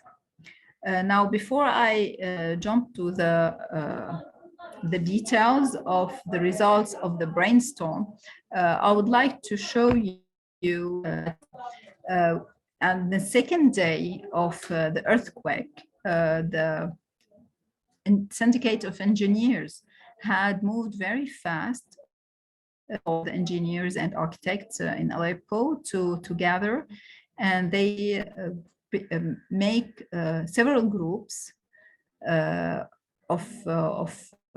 architects who had a good knowledge of the structure and the structural problems, and they divided the old city into sectors, and each group was responsible for preparing these it's in Arabic, but to highlight the name of the buildings, what kind of structure it is it from concrete, is it from wooden, it's a mixed what exactly is happening. I mean, they put all the details on these papers, and they describe exactly the problems that are happening, and they give their opinion, of course, professional opinion, about the actual situation of the building. And of course, if there's the situation is danger, they do ask the resident or the people who occupy this building to of the building. This effort had resulted, of course, of trying to give a professional output for what's happening exactly to the old city of Aleppo and to the buildings, because the earthquake didn't really hit only the old city of Aleppo, all the city of Aleppo. So this had cover all the areas. For the brainstorming workshop of ICOMOS, and after gathering collecting all the photos that members of ICOMOS in Aleppo had taken that period, and the report that they were giving, we've been cooperating and exchanging information. We had to have results later on. We talked about 4 main levels in the workshop: the urban level, the economic level, the administrative level, and the rules and legislation.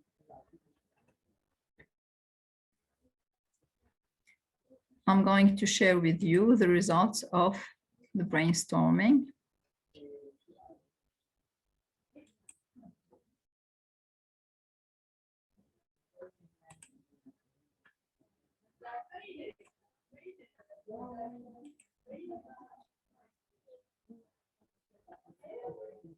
On the earth, you see in the middle, we're talking about the terms. We had put the problems, the solution suggested activities, actors and partners, the term, the short term, medium term, or long term, the possible start date, estimated required budget, current initiative that have now on it, the project business funding source, where can we have the source? And we start with, for example, the first one, the short term, what is required on the short term is highlighted in red. And the possible start date, for example, some of them are within a month, and then we have within 6 months, some of them are immediately, need to start immediately. Now, for example, on the first problem was the lack of a comprehensive plan to deal with old Aleppo after the earthquake. The solution suggested activities, what business plan, who are the main actors and partners, local government, business partners, Awqaf, Directorate, Endowment, tourism, antiquities, council, service rates such as who are responsible for the telephone, because the infrastructure also had been affected. And current initiative is the existence of different and unified initiative. Technical and financial support from UNESCO and ICOMOS, preparing workshops, meetings between local and international partners. The second problem, I'm going to highlight just 2 or 3 of them because the list is very long. The approved of Old Aleppo, which is implemented by the Old City Directorate, can be relied upon for the next stage, but after reviewing it after the crisis, need to be and the earthquake according to the new data.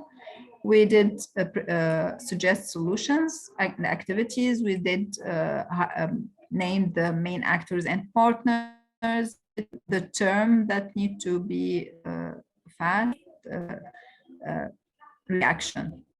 For example, the poor technical, I'm going to talk about that need to be immediately done. Poor technical supervision of volunteer work, accompanying need to be solution accompanying experienced engineer with all volunteer teams. Times when non-professional people enter this site, they may result on damaging the stones, or when they are numbering the stones and so on, that won't give us a real let's say a good results on the work later on. The current initiative, several initiatives by the engineers syndicate working on the ground.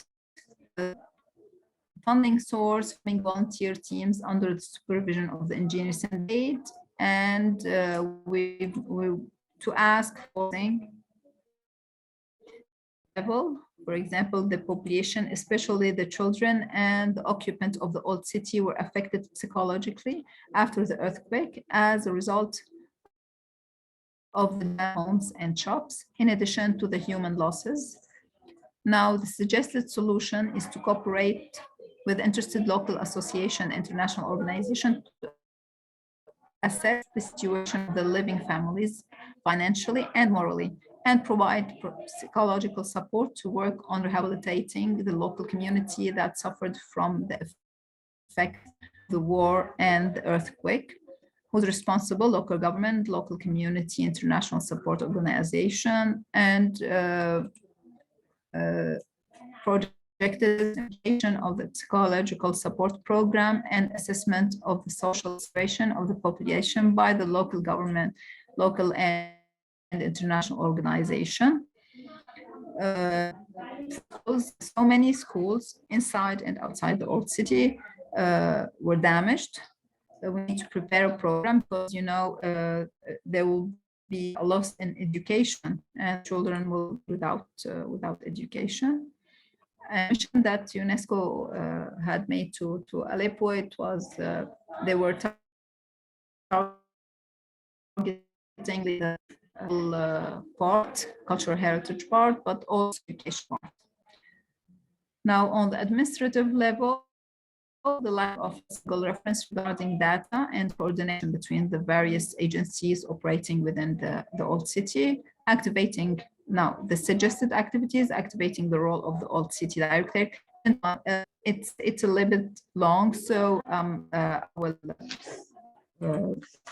stop the issue of reviewing the result. As a result of this workshop, and as a result of the experience of all other members, we had elaborated an urgent need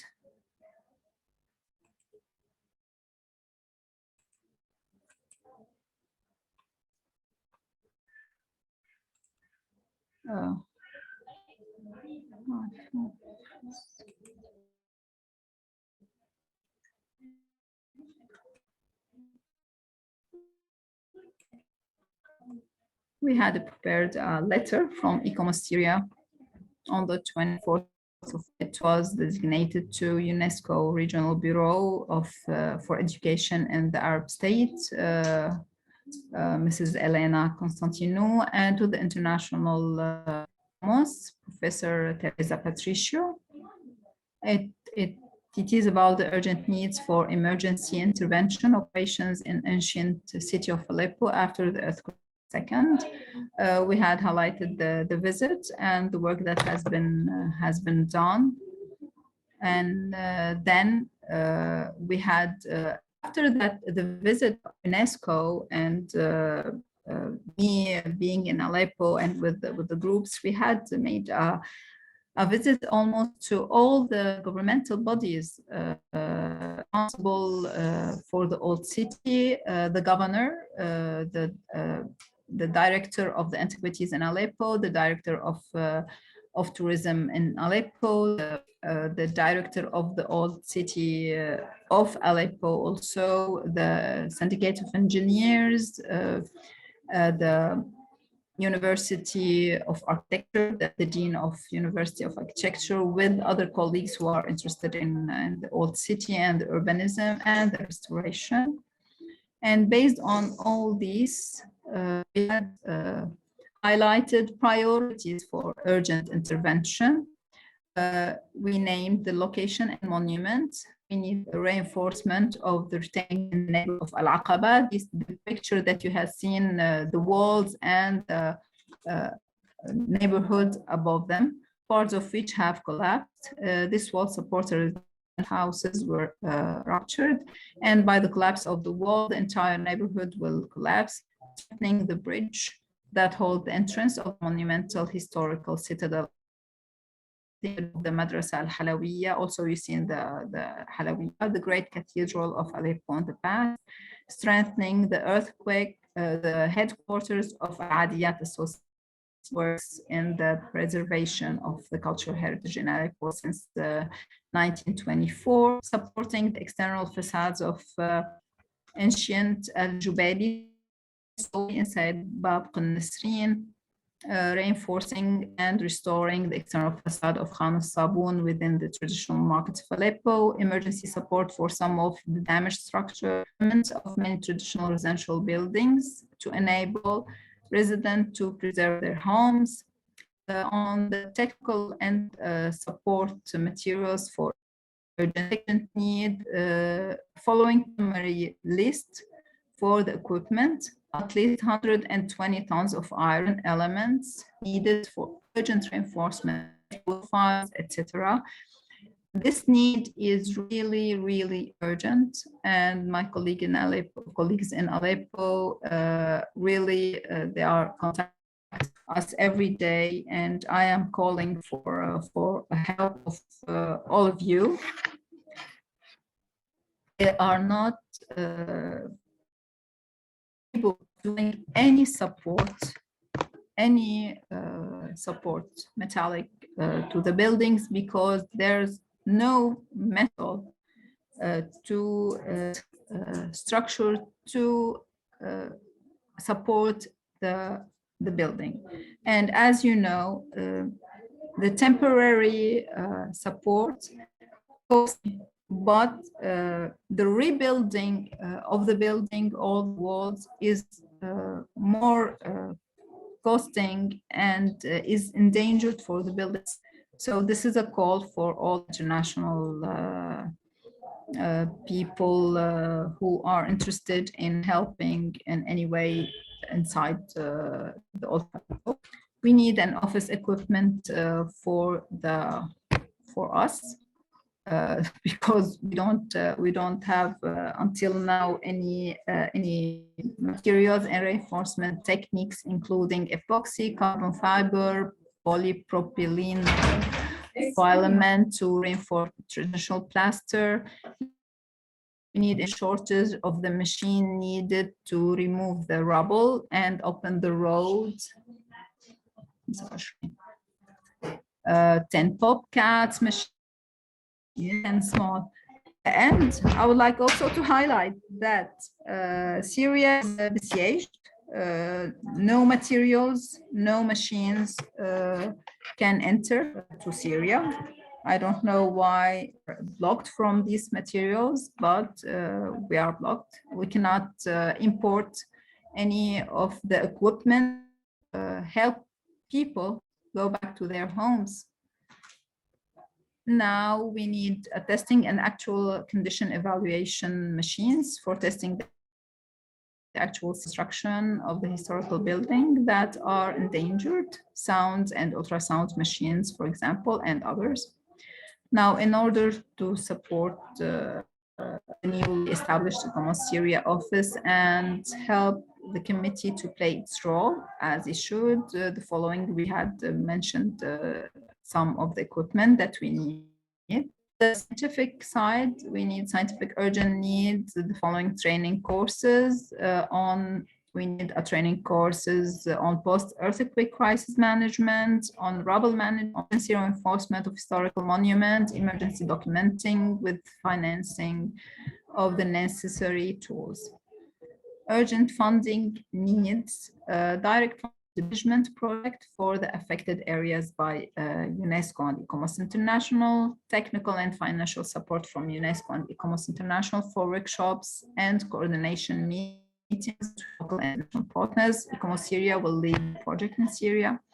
Financial and technical support from UNESCO to finance the reactivation of the Aleppo unit for cultural affairs to be able to follow the emergency intervention and implementation of the urgent intervention program in the ancient city of Aleppo in cooperation with the Syrian Ministry of Culture for a new survey and evaluation updating of the monument that were documented in 2017.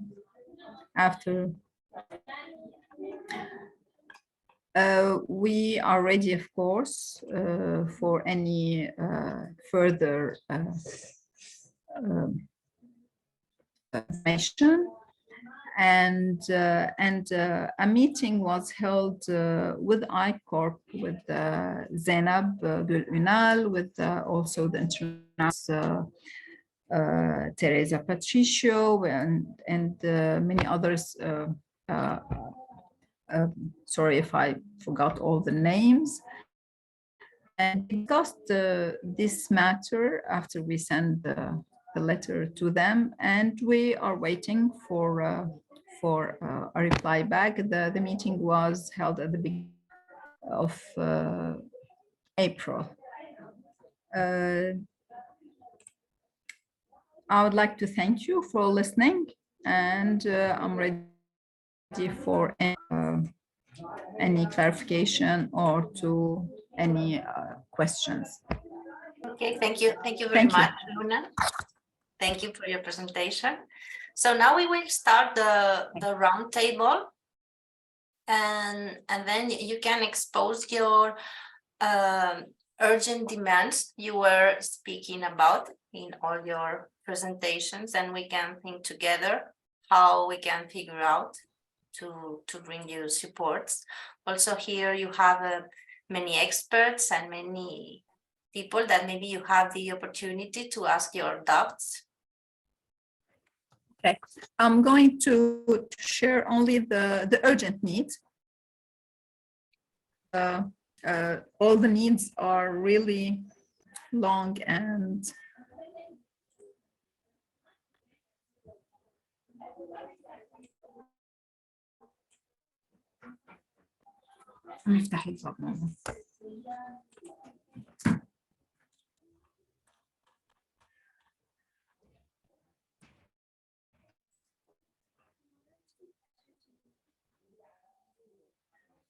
the intervention of location and monuments. I think this is solved.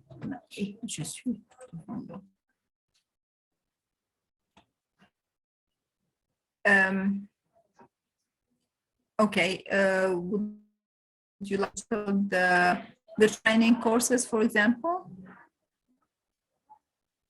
Yeah, because for example, you were saying that you need machines and equipment, but in another hand, it's not possible because it's a block to come in Syria. So this is another thing that we have to figure out how to solve it.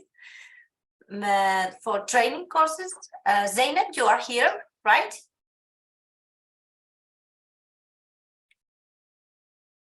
Zeynep, I think I saw you, Zeynep Gül. Okay, no, because I was going to tell you that I will ask to the board about the trainings, but let me check if Zeynep is here. Yes, she's here. Zeynep, can you hear me?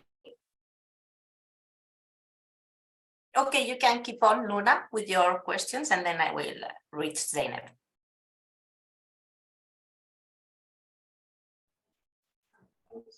Now we talked about training courses on post-earthquake crisis. It is one of the demands that is very important, and we need courses on trouble management, emergency reinforcement of historical monuments, and on emergency documenting with financing of the necessary tools.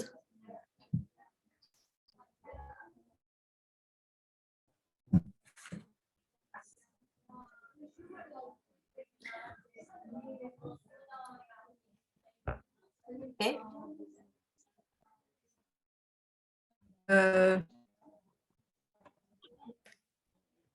Do you think that you need to see that we can discuss? This is what are we talking about? Yes, just if I you don't know, have because- some questions that maybe you want to take the opportunity to ask to the experts that are here in this meeting, and maybe you want to ask some particular questions, now you have the opportunity because the letter you already sent to ICOMOS, right? Yeah. But maybe you have some but particular it is- questions that you want to ask now that you have the opportunity.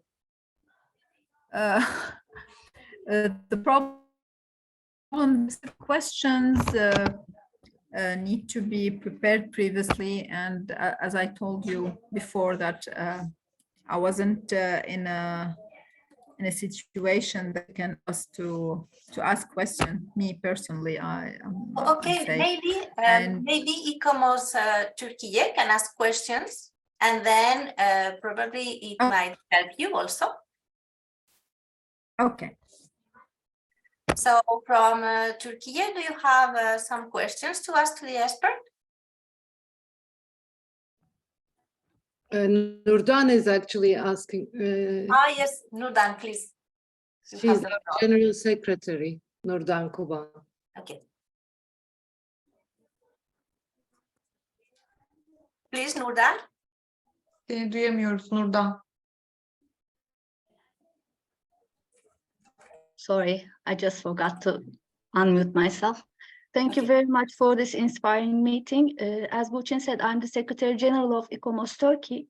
As far as I understand from Luna's presentation, the case was different in the two countries affected by the earthquake in terms of state reaction. Syrian state seems to be more open to external support. Today, Turkish colleagues have shared the stages of an effective collaboration of ICOMOS Turkey and one of the Turkish state agencies. This was a very positive case, of course. However, as again, Burçin mentioned at the beginning of the first session, immediately after the disaster, unfortunately, Turkish state agencies have mainly closed in on themselves. Of course, this is understandable as to prevent a chaotic situation. Entrance to the earthquake region should definitely be limited and controlled. However, it is also sure that the state mechanisms cannot deal with such an immense work on their own. National and international support of experts is definitely required. In ICOMOS Turkey, we have a rich accumulation of knowledge and expertise on cultural heritage. However, members are mostly concentrated in certain cities, and it was difficult to reach the region with all the restrictions. Therefore, I believe that the initial work is to strengthen local expertise in all regions of the country. But when such a catastrophic disaster happens, local expertise may also be lost. Therefore, before any other disaster takes place, we should take immediate measures to develop support strategies for the state agencies. Prior to any disaster, the state and we, as ICOMOS Turkey, should know how we will support the works on site. And of course, for that to happen, the means of transportation within the country should become disaster resilient for support groups to reach the region. And this is a difficulty that we are facing at the moment. Thank you very much for the word. Thank you very much, Nurdan. Has anybody else another? Thank you, Nurdan. Yes, as a matter of fact, we hadn't had any kind of help from any international organization or other bodies regarding the safeguarding of cultural heritage. Unfortunately, they do mix politics and governmental point of view with the preserving of the cultural heritage in other countries. And this is the case that is continuing to be happening from the beginning of the crisis.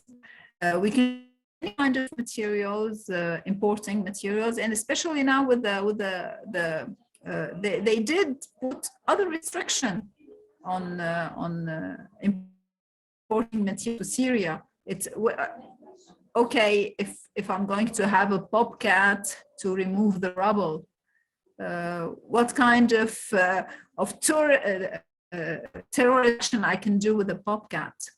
So why we are forbidden from having a bobcat? Why we are forbidden from having tools to check the stones? We are forbidden from I don't know.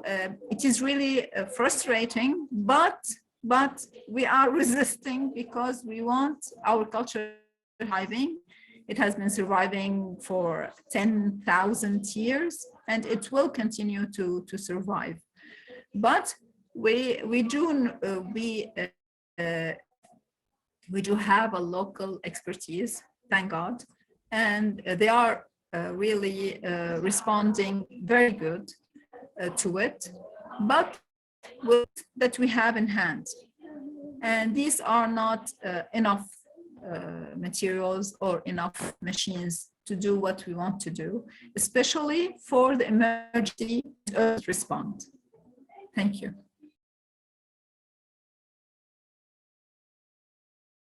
Thank you very much, Luna. So now, please, Kai, you have raised your hand, and after Nurdan. Yes, thank you very much. Yeah, it's always very difficult to grasp such disasters, and I can just imagine how complex it is, especially in Syria, where it's sort of difficult to comprehend. So even for us to say anything, it's sort of difficult to comment on anything. But I think one of the things that we sort of experienced was that there was a kind of a panic to try to deal with situations in a hurry. And very often we picked the wrong things to work on immediately, while things that required sort of immediate focus and immediate sort of response were ignored. So I think one of the things, since there's a limited resources, is to really differentiate what is it that we can take time on dealing with, and what are the critical things. And that usually also is linked to the communities and sort of what they need for recovery and how they need certain things to be rebuilt or cleared up or sort of dealt with. And very often we saw that the priorities might be slightly different. There's, again, a differentiation between that which the communities require, especially in an urban setting, where you need to improve a situation for the communities to live and, get back to a normal life. And on the other hand, there's, heritage, which are sort of symbolic to the destruction, which somehow needs to be rebuilt to make things normal as quickly as possible. And I think there's this sort of a balance that needs to take place. And I think one very important aspect is how do you use your resources to differentiate between that which you use for immediate activities that need to be done right away most effectively, and that which you say, look, this recovery will, like was mentioned yesterday, might take 10, 15 years. And some of the things need to happen very slowly. I think that was something that we struggled with because of the limited resources we had. So I think just looking at the sort of the lists you had shown, Luna, in connection with your plans, it was always sort of linked to communities and trying to improve the communities. And I think that's what needs to be built. The recovery needs to be built on that. But the resources, you really need to understand, where do you put the resources and where is it most effective? And I think it's sort of easy for me to say now sitting here, but I think that's something that really needs to be planned carefully. I don't know, if there's any further questions on this, maybe it's something that can be discussed. Thank you. Thank you, Kai. Please, Nurdan, you wanted to talk? Oh, thank you. That's it.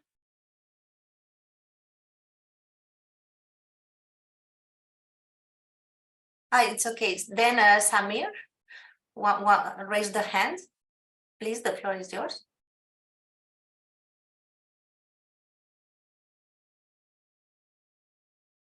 Samir, can you hear me?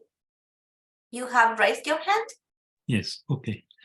Well, I approve everything that Luna has been saying. So I will be making a comment on what Kay has been saying. The contexts are quite different. I mean, the context that you have been knowing, experiencing, was a context of a living city with a community already living inside the city. The problem in Syria is that the city has been blighted by war for 10, 12 years. And a lot of people are no more living there. There are whole areas that are still not occupied by people or not occupied by owners at the moment. so it is difficult to speak of community. The problem is that many houses, many structures in all the residential areas were already made fragile because of the war before. And we have been speaking of the state of buildings. Is it correct at 100%, at 40%, at 60%? Well, a lot of structure were not being dealt with yet. And the earthquake came on top of that. So structures which were already fragile became less fragile and probably also collapsed. I will give figures, but it is just to give an important, an order of importance. If Aleppo was destroyed in a proportion of 40%, after the earthquake, it could be destroyed by a proportion of 60%. Well, don't take the figure as exact figures, but anyway, the problem increased in old Aleppo, and for all cultural heritage in Syria, in this area anyway, because of the earthquake. And it is not easy to speak of existing community resuming their activities. Many residents are not there at the moment, or I remember what you said yesterday, Kay. When you speak of community, you don't always speak of the same people, because some people could be visitors, people passing by. So when you try to associate a community at different moments, you don't always find the same people. So it is not always a rule of action. And what you said yesterday is a proof of that. Thank you. Well, anyway, what Rula has been saying about the difficulty of providing modern equipment is absolutely true. I mean, we are not working like in the 19th century. Now, all professionals in our field work with computers, work with modern equipment. And it's not like in the 19th century where we just needed a pencil and a sheet of paper. I mean, those sanctions are making the professional in Syria returning back in the past. And at some moment, it would be normal to write on clay tablets because everything else is forbidden. It is not a normal situation. And I have been trying also myself to see how to provide help. There are, of course, things that are possible, training is possible, but any sophisticated equipment is most difficult and practically impossible.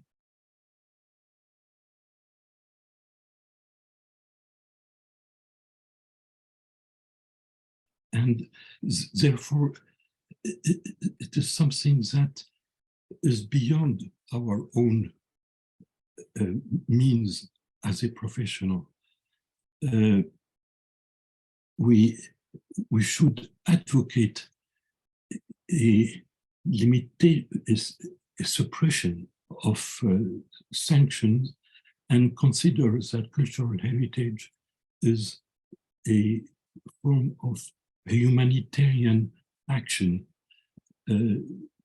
Culture is very important for people, for mankind. We cannot leave heritage disappearing like that. Action should be taken to preserve heritage. To preserve heritage everywhere, of course, and in some countries like Syria, who have been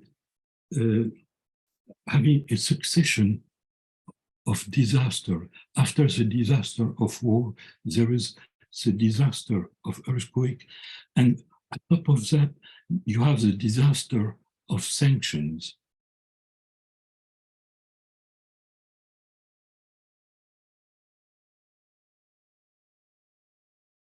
I don't know how ICOMOS can react to that, how UNESCO can react to that, how to join international bodies and to make the international community consider that safeguarding cultural heritage is a humanitarian endeavor.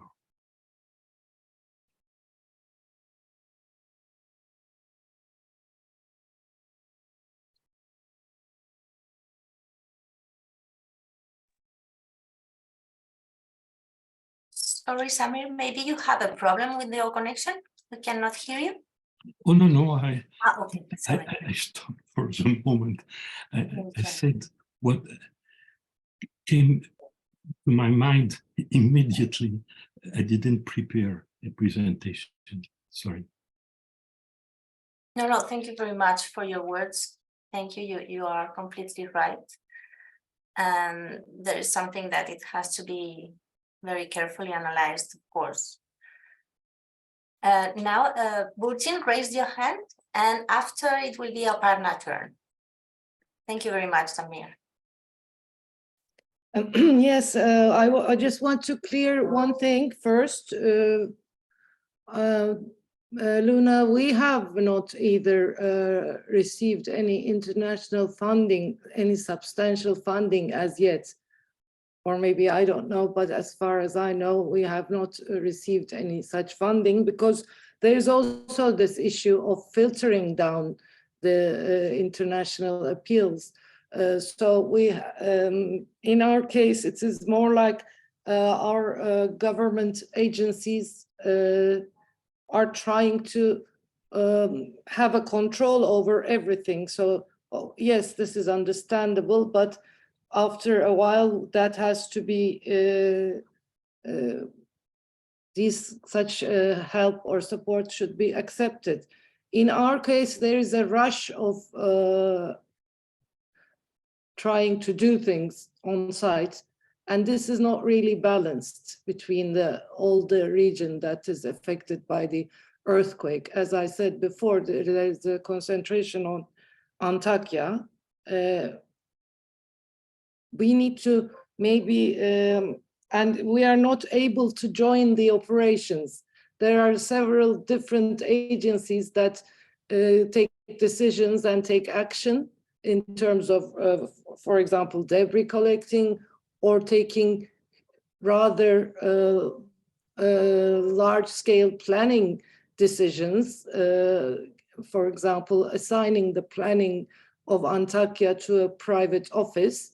And there are NGOs, people gathering around and trying to make themselves heard and trying to help. So everything is in pieces at the moment, and this needs to be connected. And we are trying to be influential on that matter. So maybe we can create small action groups with ICOMOS and UNESCO, and then see what we can do together for these purposes. Our main issue is to reach the decision makers. Also, from the presentations of my colleagues, you may have seen that there are some specific problems related to our specific building types. Like we have this matter of minarets. The minarets have mostly are damaged, and these are on Vakıf buildings.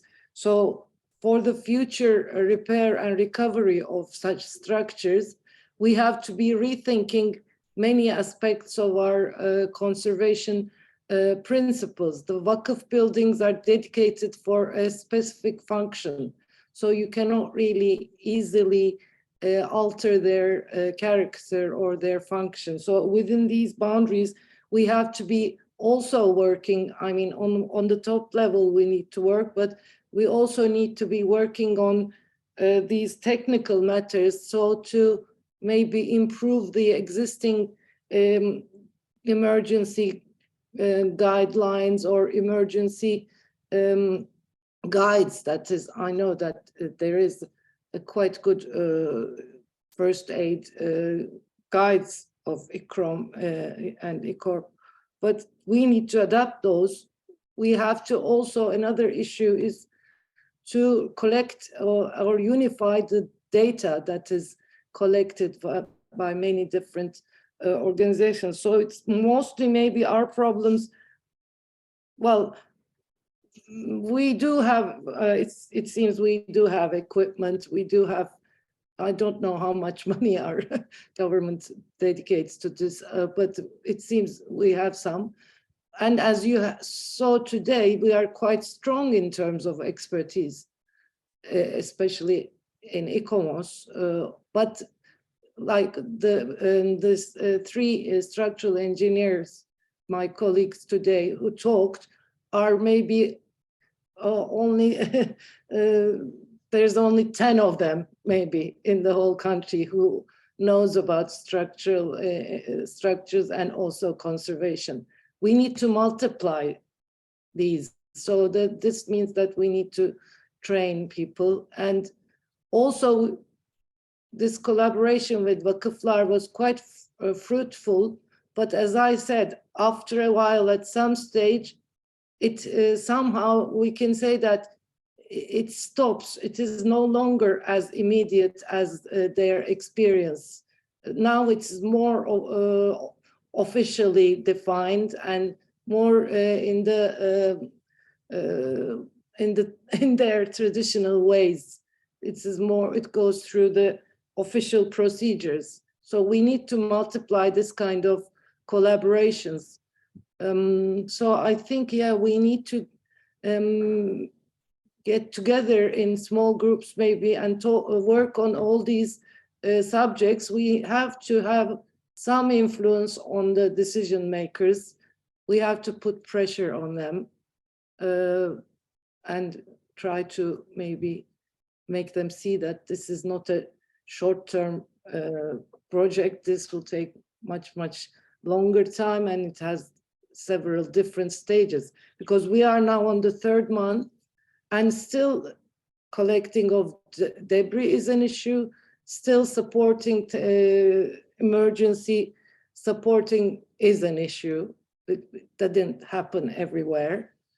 So we're still dealing with these issues. And on the other hand, of course, people are still living in tents.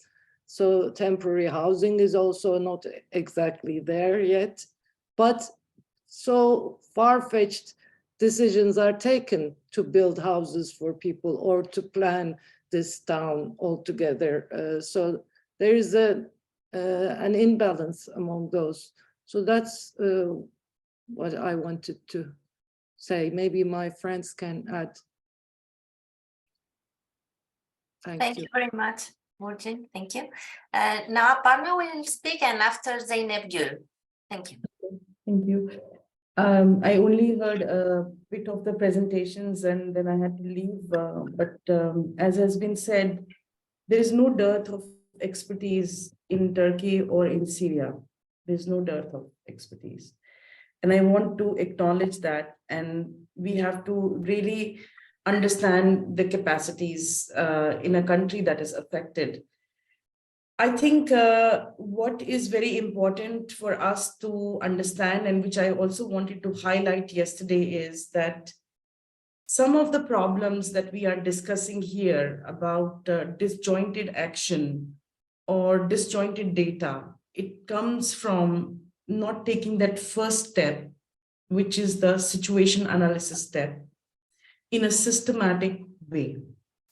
I think heritage sector has grown enough, and there is a lot of expertise in form of technologies, in form of, but the thing is that what we lack most is coming together and creating that situation room, which the humanitarian sector more or less does well. They build on the pre-event information, whatever they have, and because you see, within I feel, after being in emergencies for 12 years and sometimes going to ground and working with different countries, what I feel is that every time there is a disaster, we try to reinvent the wheel.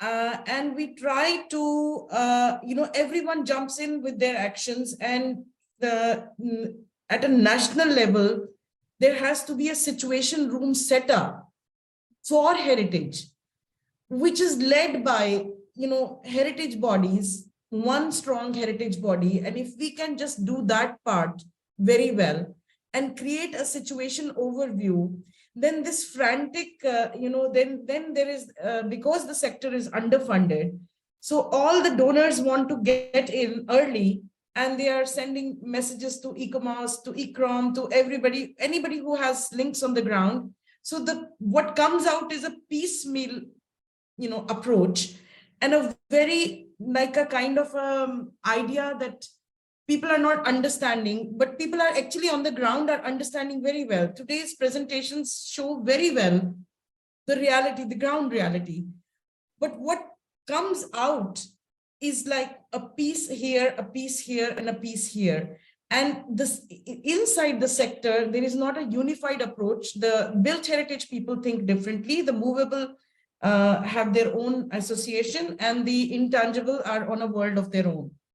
Whereas what we are talking about is that we are looking at unified response. Now, coming to what Samir was saying, very good.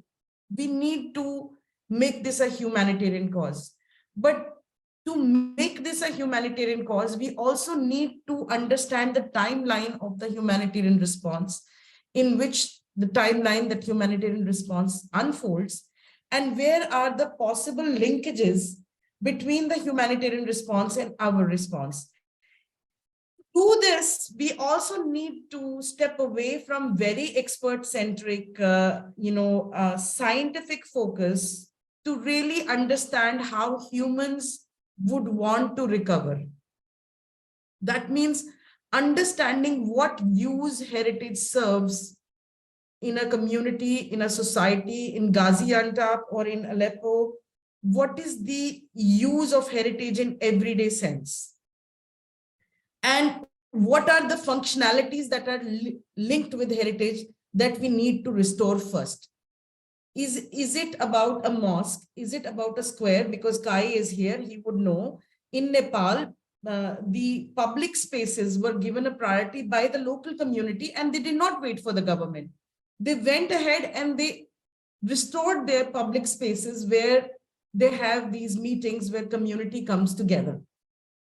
So we need to have that very good focus, because our discussions are mostly on tools, on forms, on significance, but significance from a very top-down purpose, but not from a functionality purpose, like how heritage makes a society function. So that's another point I wanted to highlight, because then the focus would be very different. If we are looking at restoring functionalities of a community, if we are looking at restoring access to heritage, which is very useful for the normal life to go on, then our focus would be different.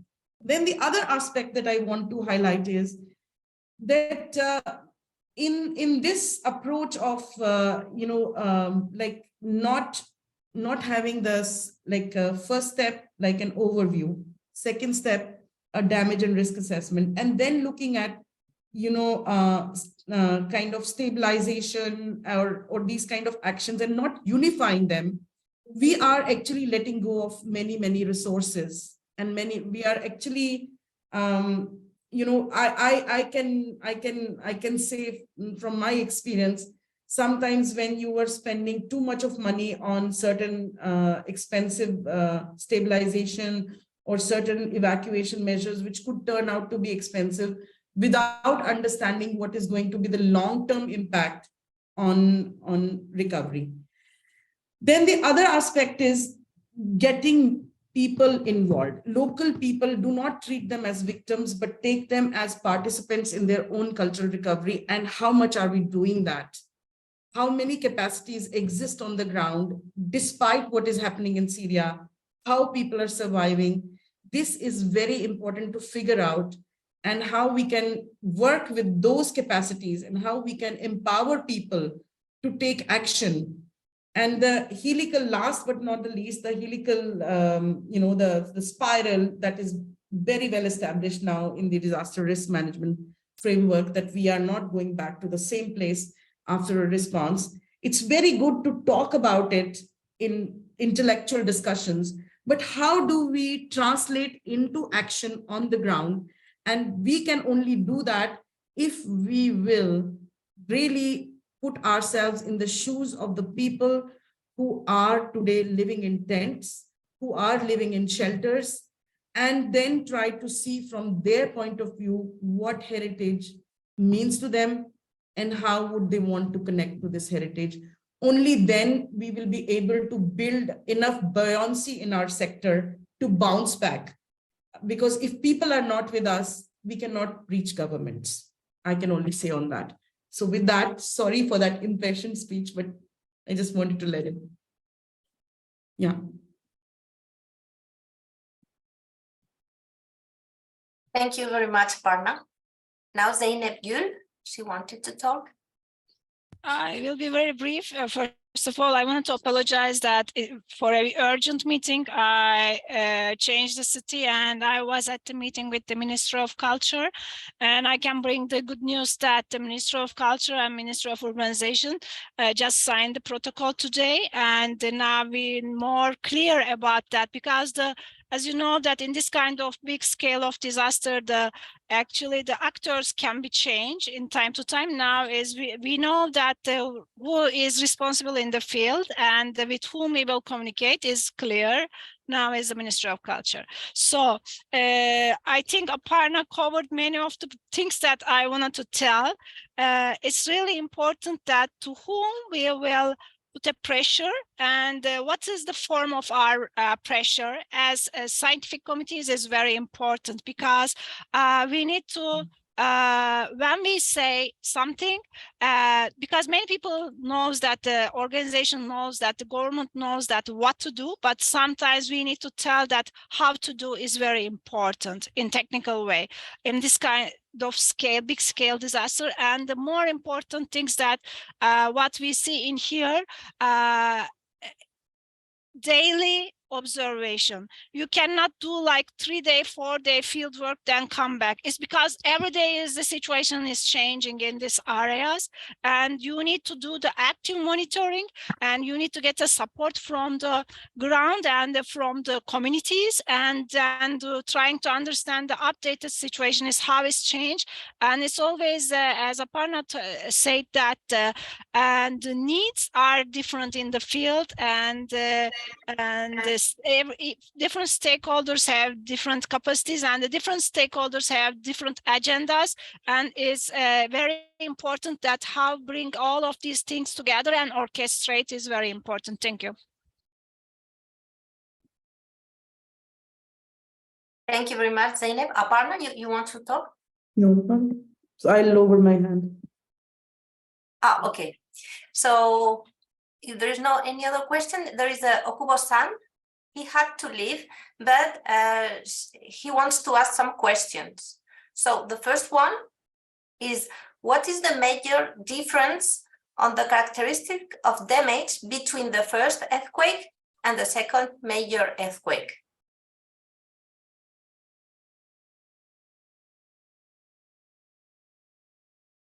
Then he has a second one. Do you have some example on local community participation for supporting cultural heritage rehabilitation?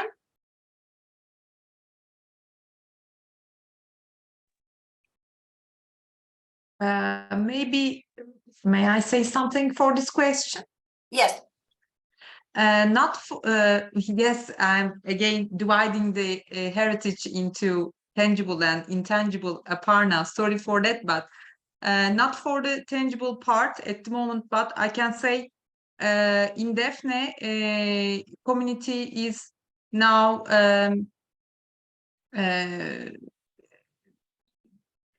having special meals on the special days of the year. And it was Hızrelles, just in the 5th of May.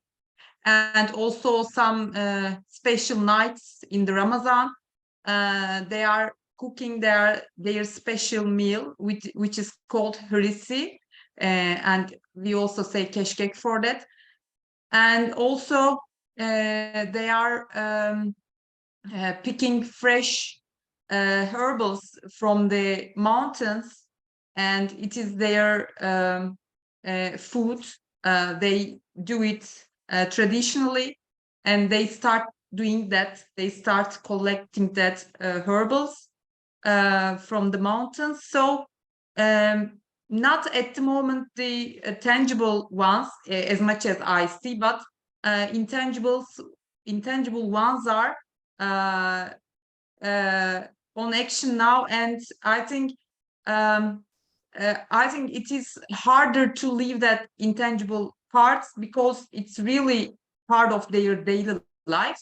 And so the special meals are also being cooked in these shrines of Hızır prophet. So the space and place is there also, and they are trying to keep the place and space secure and safe from the first moment of the earthquake.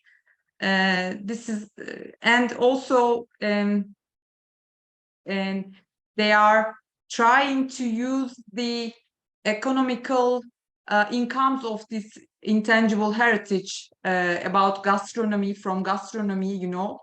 And this is what I can say, but I haven't seen community taking action about the restoration or collecting the collapsed pieces of the monuments or heritage buildings. No, I haven't. But intangible one is very important as much as I see for healing. In Antakya, there is some contribution from the community, although they are also led by experts, architects, and led by maybe from outside Antakya, but there is an effort to at least watch the collection of the debris. In Antakya, that is.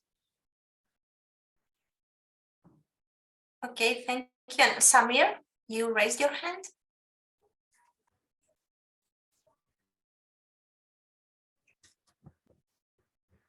Yes, now I have the sound. Well, I can still make a comment on what might be the reaction of community through 3 examples in the Syria that I can explain very quickly. In Damascus, lots of fires erupted in the central city, in the souks, but the owners very quickly restored what they had, and you cannot see any trace of those fires, even in a large area like Asonia. In Homs, the UNDP had some funds and asked the population what is the most important thing for them for recovering their life. And quite surprisingly, they didn't speak of mosques, they didn't speak of housing, they spoke of souks.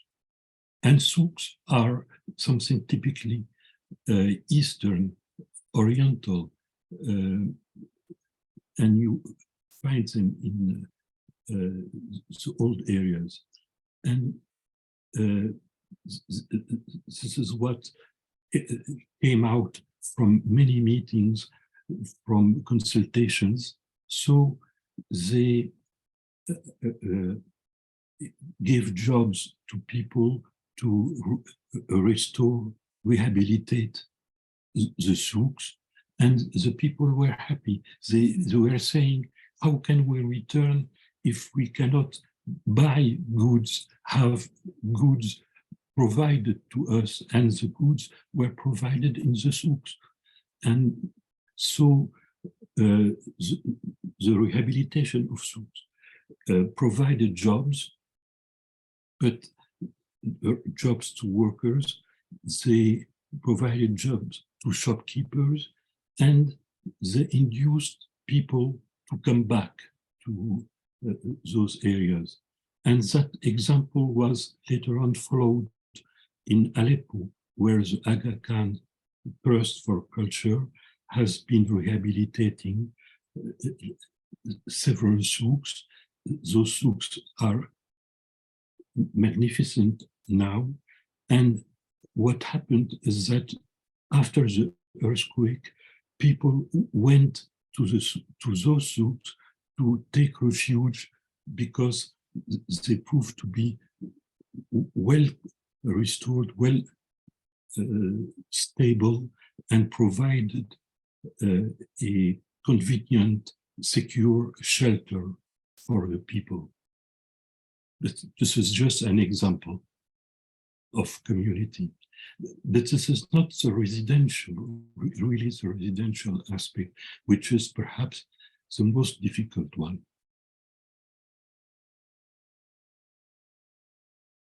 Thank you very much, Samir. Emre, you have raised your hand. Yeah, actually, I was trying to answer the first question that you asked because no one responded, and I would like the differences between the first and the second earthquake. Actually, I would like to give the mosque example, Ulu Cami, Ulu Mosque in Adıyaman. For example, in the first earthquake, the east and the south wall was collapsed, but southeast corner was standing. And in the second earthquake, as I explained to you, the reinforced concrete structure, which is next to the structure, collapsed into the structure. Then the southeast part also collapsed, and it increased the vulnerability. And also 20th of February, there was another aftershock, and it also influenced the historical structures a lot. So the characteristics changed, as Professor Zeynep Gülünal told us that every aftershock could some influences on the historical structure. So there should be some remedial measures like a supporting with the timber or steel. Oh, thank you very much. Now, Luna, you want to speak? Regarding the situation of the local community, let me just differentiate between local community, the people who lives inside the old houses, the old city, and the people of the NGOs, the persons of the NGOs who did respond to the demands. Quick, especially the earthquake, the Syndicate of Engineers is a non-governmental organization. The Al-Adiyat Association is a non-governmental organization, also is ICOMOS. These are the special professional people who go on the ground after the earthquake to document as they know to try to support, can be supported, of course, and help the people. Now, if we are going to talk about the humanitarian problem, it is a massive one in Syria, in these old neighborhoods, because these areas, most of them, they are not for a wealthy people. They are for medium to poor people. And for the crisis, when they had to leave, many people had lost their lives. The first one and the second one. And the ones who left their houses, some of them stayed in shelters provided by the government, in mosques and schools. People who are willing to help, humanitarian, I say, for meals, because the people who left their houses, they left, some of them, they left in pajamas, because it happened, the earthquake happens at 4 o'clock in the morning in Syria time. With their pajamas, and they're without no shoes, without no papers, without nothing at all. And some of them, they had only the time maybe to help their children, parents to leave. Some of them didn't have the chance to do so. Also the local community or the NGOs who are charged to help people in that matter. And we are still suffering from that. I think it's the same case in Turkey, because for the people who lost their houses, we are working now on trying to rent houses for them. They don't have money, they don't have food. It's possible to get them food, to get them whatever they need, but not the house itself, the shelter. And this is why it's very important. Who is most managed by the earth, is a living city, and people who left during the crisis because of the problems inside the old city of at the beginning of 2017, they started to come back to the area because it became safer. And 2019, the number has had raised, but the coming of the earthquake, some of them, for example, they were not in a very good situation. Some of them lived in one room from the other, from a whole house that contains several rooms, but it is the only room that. And now with the earthquake, they had to leave straight away, and they cannot come back. And this is what we are targeting, especially in Aleppo. We are targeting to help these people to support their houses as much as it is possible. Preliminary, maybe not, but we prefer a sustained one. The issue in Aleppo that arrived, that some of the resident at the committee of the engineers that came to check the house, they asked us, they asked them to put it safe on the fish, because they don't want to leave, because they don't have any place to go to. So the issue is cultural heritage, but it is very humanitarian. I'm referring to Aparna discussion, and we're not talking about archaeological sites. We are talking about the living heritage, and also the souks that we start to renovate, rehabilitate, and the merchants start to these souks. Some of them were temporarily supported, but with the earthquake, they lost. I think you have seen in one of the picture the metallic structure that goes under the arch of one of the souks, but with the earthquake, it goes. So this is to the participation of the local community, and by the way, all the people who are working on ground now, bodies, they are volunteer. Even the employees of the governmental body, they're not really stay with their work. They give their efforts as volunteer to work afterwards. Thank you. Thank you very much, Luna. And talking about intangible, there is another question from Okubo-san. He's asking, is there any traditional or historical measure for earthquake mitigation at the site? Because he said, I would like to support with our experience in Japan and Nepal.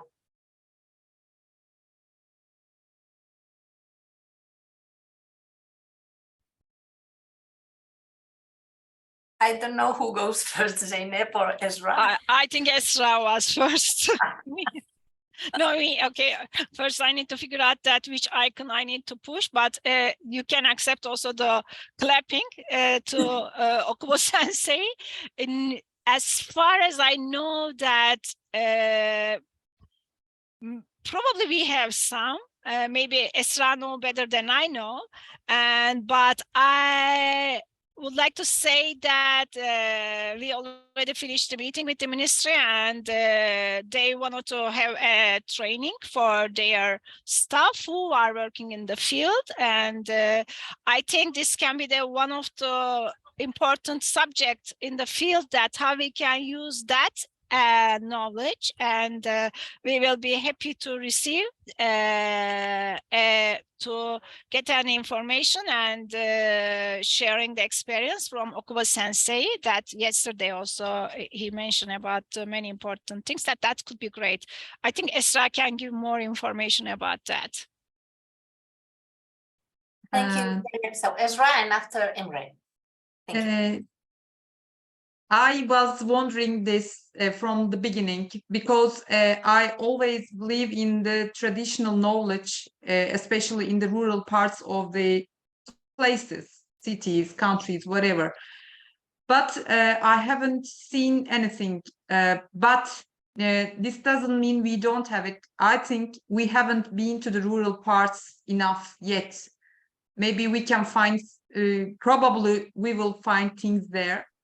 And I am always trying to follow the news from the rural parts, and I am always trying to catch the news but I have never heard. Yes, these villagers, they made their homes again with the traditional wooden or traditional mud blocks, but I haven't reached that news yet. But it's also about the new culture maybe we are in now. It is a totally different thing, but I'm always telling this, that we are in the middle of a crisis, but it will be an opportunity to turn this,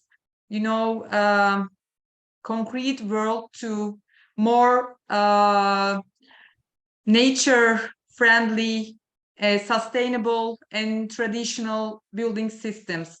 And about this, we know that when we have, huge fires in the south parts of the country 2 years ago, and the villagers know how to deal with that. They know it traditionally. They know it and they declare it, and we follow that from the news. They said that you have to leave the area, you have to let it cool, and you have to leave the nature to heal this with its own sources. So probably we have something about the earthquake.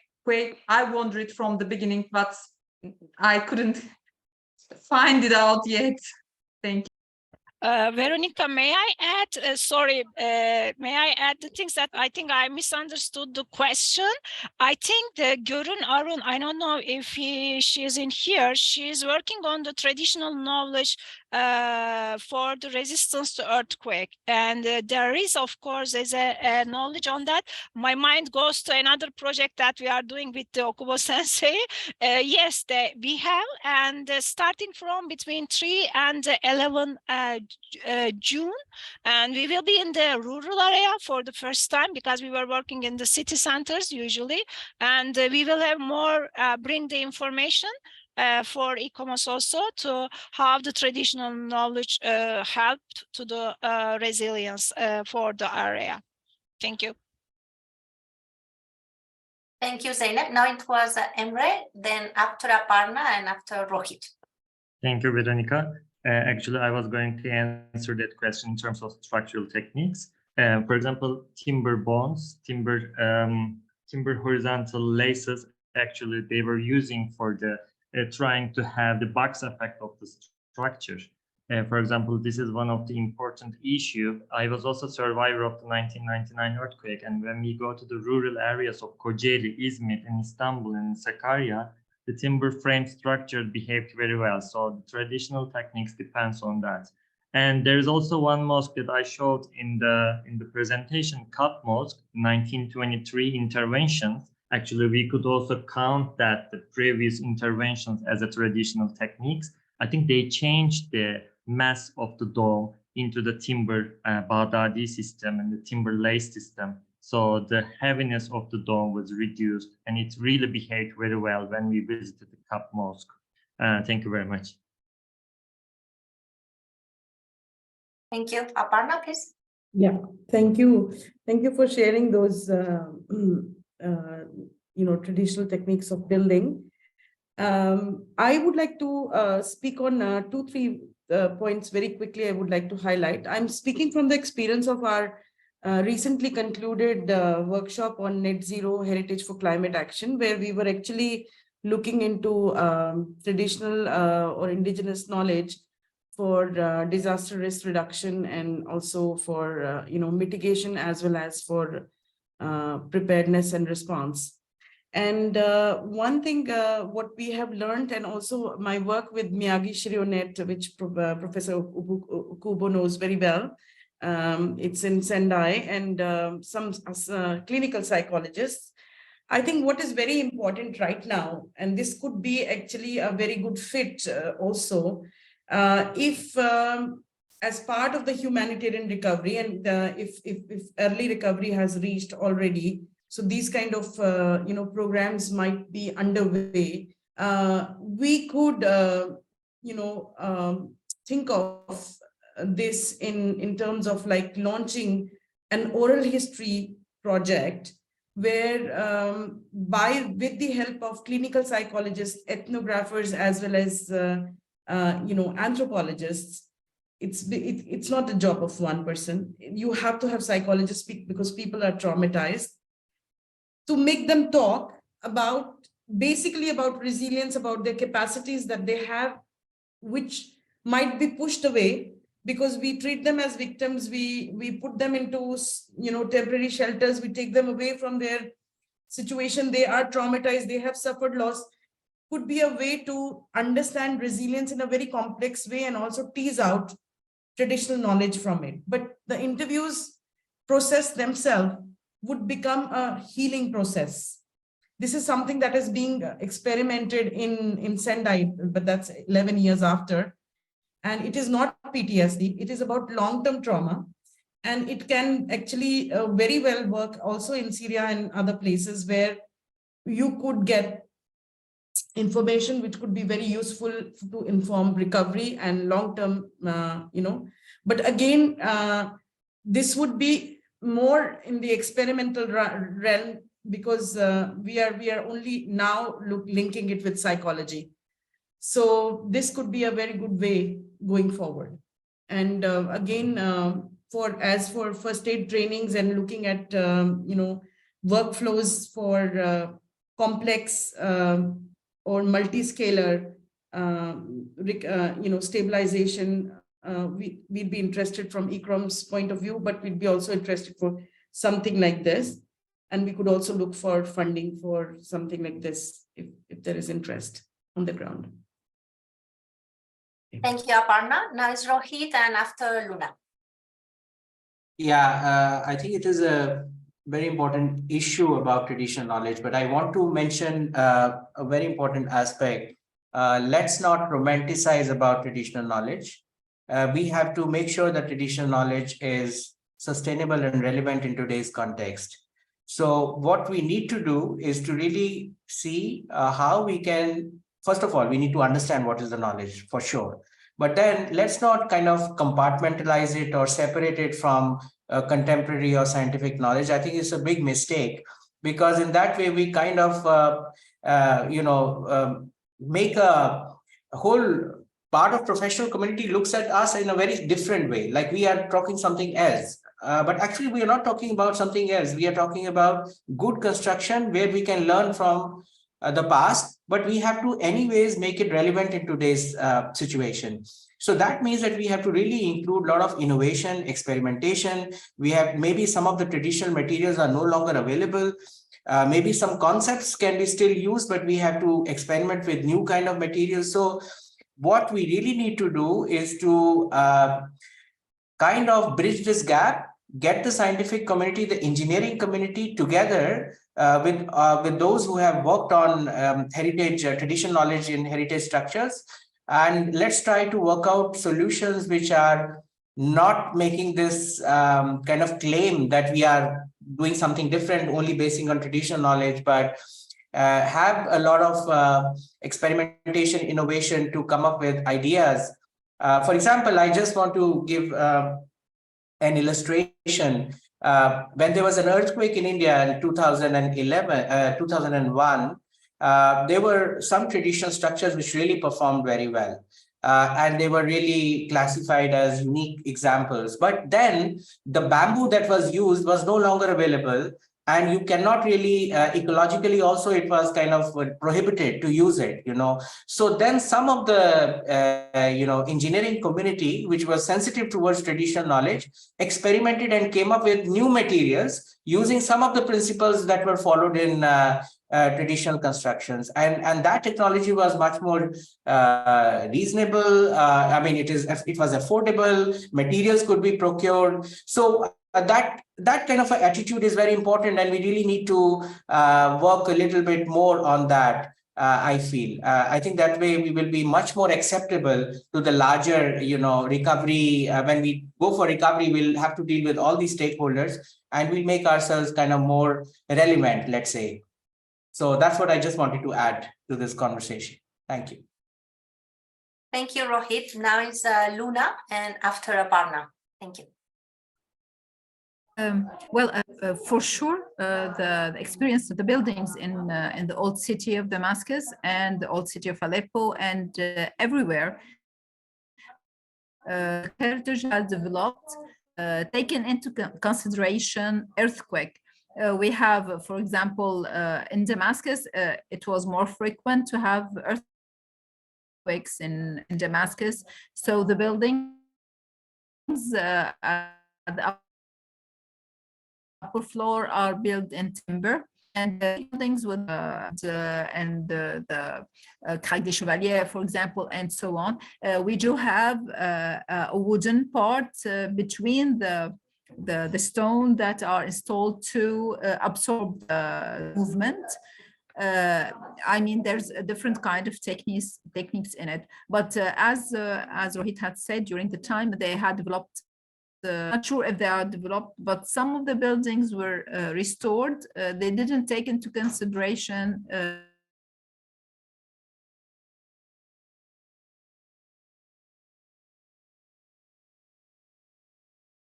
Sorry, Luna, I'm afraid you have been frozen. Can you hear us? Had Sorry, Luna, your last sentence, I'm afraid we couldn't hear it. Could you repeat? You were frozen. Yes, I said that. Okay, now can you hear me? Hello. Thank you. Okay. Okay. I will say, for example, now the works of the restoration of the Umayyad Mosque in Aleppo, they are taking all the techniques related to earthquakes, and they did rebuild the minaret of the mosque during the past 2 years. It was as I don't know if some of you remember that it was bombed by ISIS, and they did install these sheets of not iron, I mean a metallic issue that is that between the rows of the stones, and although that the earthquake and the second one had happened, but the minaret had remained intact. So the restoration was done very good, following the traditional methods of preserving the building from earthquake. Thank you very much. Now it was Aparna. Thank you, Luna, for that insight. I just want to clarify a few things when I spoke earlier, because I was speaking rather hastily. Number one, I do not think that traditional knowledge or scientific knowledge can be seen as, like one replacing the other. You cannot think like that, because that, I think, is a very old mindset. And now it is accepted everywhere in the field of, also in the field of climate science and everywhere. And also, if you look at the reports, that IPCC reports that have come out, they have clearly acknowledged that the lived experiences of people and the science should be put together to meet the challenges of the future. So I think that kind of thinking, it's like, it's kind of, like going back into this chasing chicken in the, who came first, chicken or the egg, or, like it's defeatist kind of a thinking, and it has been thoroughly now everywhere. If we are looking at science, if we're looking at, latest studies, we are dealing with complex hazards, complexity, and we are looking at multiple things. So we have to really look at it in a more understanding, human-centered way. And we have to understand, and we have to link society's resilience with community personal resilience. And what I was referring to is that people do not, you see, for them, food, water, shelter are connected, and living in a place is connected. And it is all together makes, a tool of resilience for them. And we need to understand it like that. And then we need to analyze which part would go into the built heritage and how it will meet with the latest technologies, and how we will, but first we need to also understand, because until now, we have been only looking at it in a one unidirectional way, and we have not understood the lived experiences of the people and how they have been. After all, this was a seismic area where communities had been living for a long time, and suddenly there was a huge disruption in their life when things went the other way around, and there was massive scale of urbanization. So we need to understand what happened during that disruption. Already some of the knowledge may have been lost. So it is not which is better. It is about now understanding that in the recovery process, it would be very interesting and as well as important to take this forward and also put it in the perspective of climate change. So that's it. I rest my point. Thank you very much, Aparna. Rohit, there is a question for you from Ezra. She's asking, do you know examples of traditional knowledge used for the response and recovery phases? Yeah. I mean, there are very interesting examples on traditional knowledge for response and recovery as well, because, traditional knowledge is not just about buildings. It's also about how communities organize themselves, how local institutions really bring different stakeholders together, how we have traditional ways of communication during emergency phase. There are a lot of ways in which we can utilize traditional knowledge and effectively use it in current context. So yes, there are many examples on that aspect as well. And the publication link that I just shared with you already includes some of those examples. So you can go back and have a look at those examples to get some inspiration. Thank you. Thank you, Rohit. For sure, we are going to see the document and analyze it. Now, Kai wants to speak. Sorry, I just had to say something in connection with the traditional knowledge. There's, what we experienced was that very often the traditional knowledge doesn't mix too well with modern interventions. And one has to be very careful of how one works on these.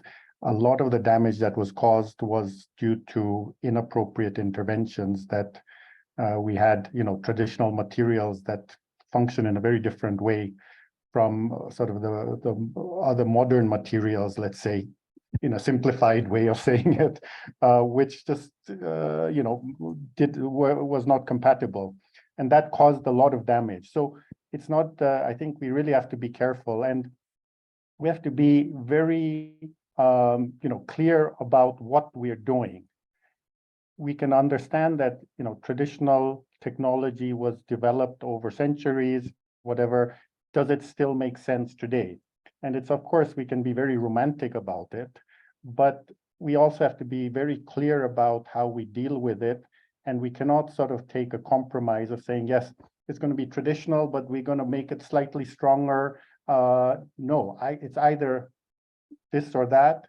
And the interventions, very often, the interventions themselves, if that was the cause of the damage, I'm sure of over 50% of the monuments that were damaged in Kathmandu. So I just wanted to say it's more complex, and I think this discussion might need to be continued, and we need to get away from looking at it just in a romantic manner. Yeah, thank you. Okay, thank you very much. So now is the end of the panel. It's okay for you. So, Samir, do you want to conclude with something? Well, it is a question that I'm asking myself.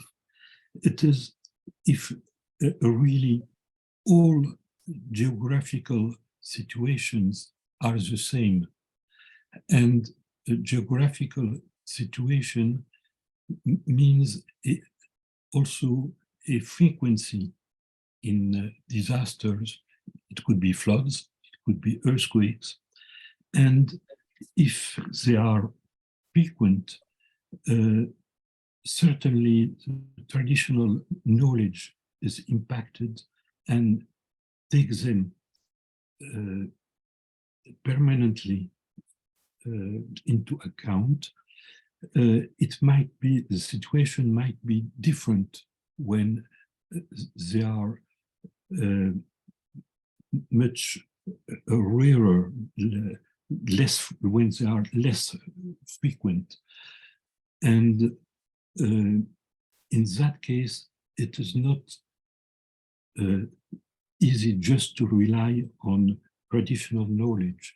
We need also sort of scientific knowledge, well, a scientific knowledge based on logic, on experience elsewhere, etc.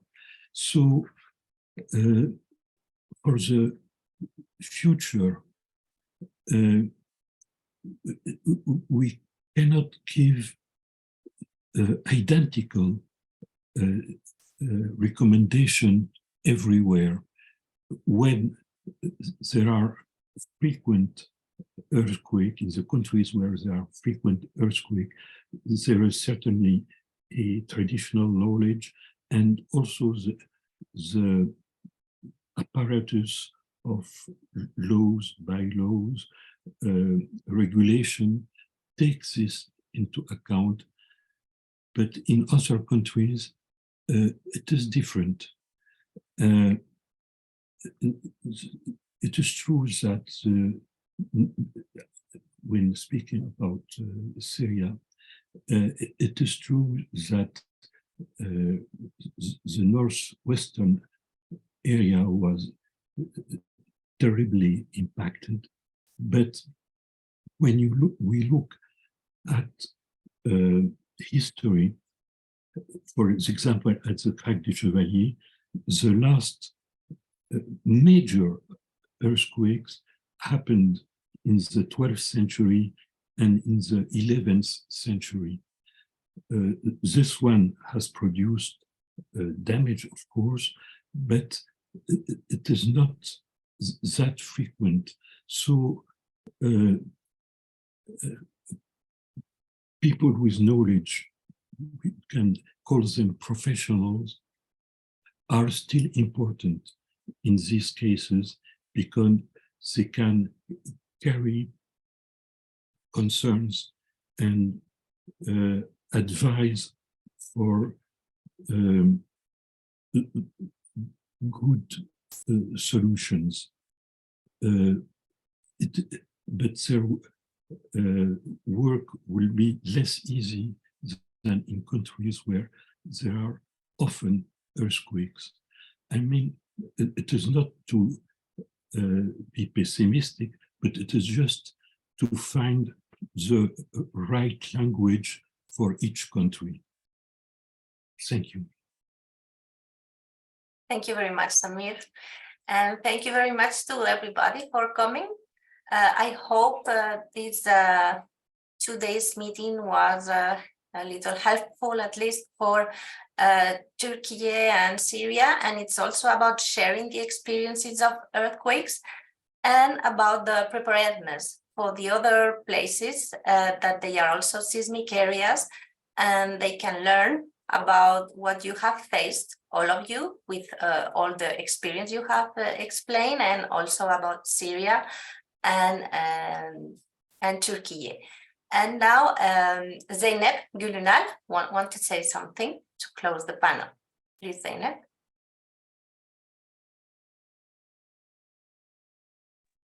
Hocam sesiniz kısık hocam. Okay, I would like to say thank you to all of you once more for joining us 2 days and sharing all the experience. Actually, the eponym of this panel is Teresa, because we were planning actually for Nigeria and Pakistan flood with all together. Unfortunately, unexpected this happened, and earthquake took place, and we changed the subject. But next panel very soon will be dedicated to the flood disaster affected Nigeria and Pakistan. And so I just want to say thanks to all of you. And Minister of Culture already asked that if they can listen also this panel. And they wanted to know that how is the other experience, especially in different countries, how they respond to the disaster. I think this is very important to share this experience. And so just thanks to all of you. Thank you. And maybe Teresa, you wanted to close it? I think you did perfectly. Everybody for the presentations of yesterday and of today. Sorry, Teresa, we cannot hear you very well. I'm sorry. That is better. Yeah. No, to be very short, I want really to thank you very, very much for the colleagues of yesterday, but a special thank you for the colleagues of Turkey and Syria, because the situation is very difficult, very sensitive, and you took your time to be here, to share, to listen, and it's really, it was an amazing afternoon. So yes, I think the 2 days proven that we need to do more meetings like this one to share knowledge, to share concerns and ideas. So this is the beginning of other meetings and other activities, and be sure that the board of ICOMOS, let's say, we are very concerned with the situation. I know that sometimes you are desperate. I understood that in the voices of all of you today, but we are trying to do our best to help you. And this is also a way that we could help, and sharing and being here together. So thank you very much. And so thank you so much, Zeynep and Veronica, for organizing these 2 days. And I'm sure you will organize some things very soon. Thank you very much, Zeynep. Thank you. And a big thanks to our technical supporter, Zeynep Ece, another Zeynep, because for 2 days she struggled with the many technical problems. Thank you.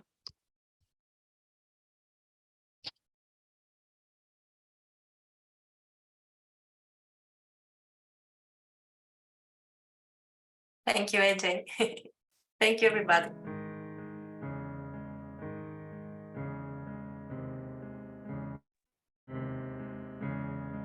Thank you.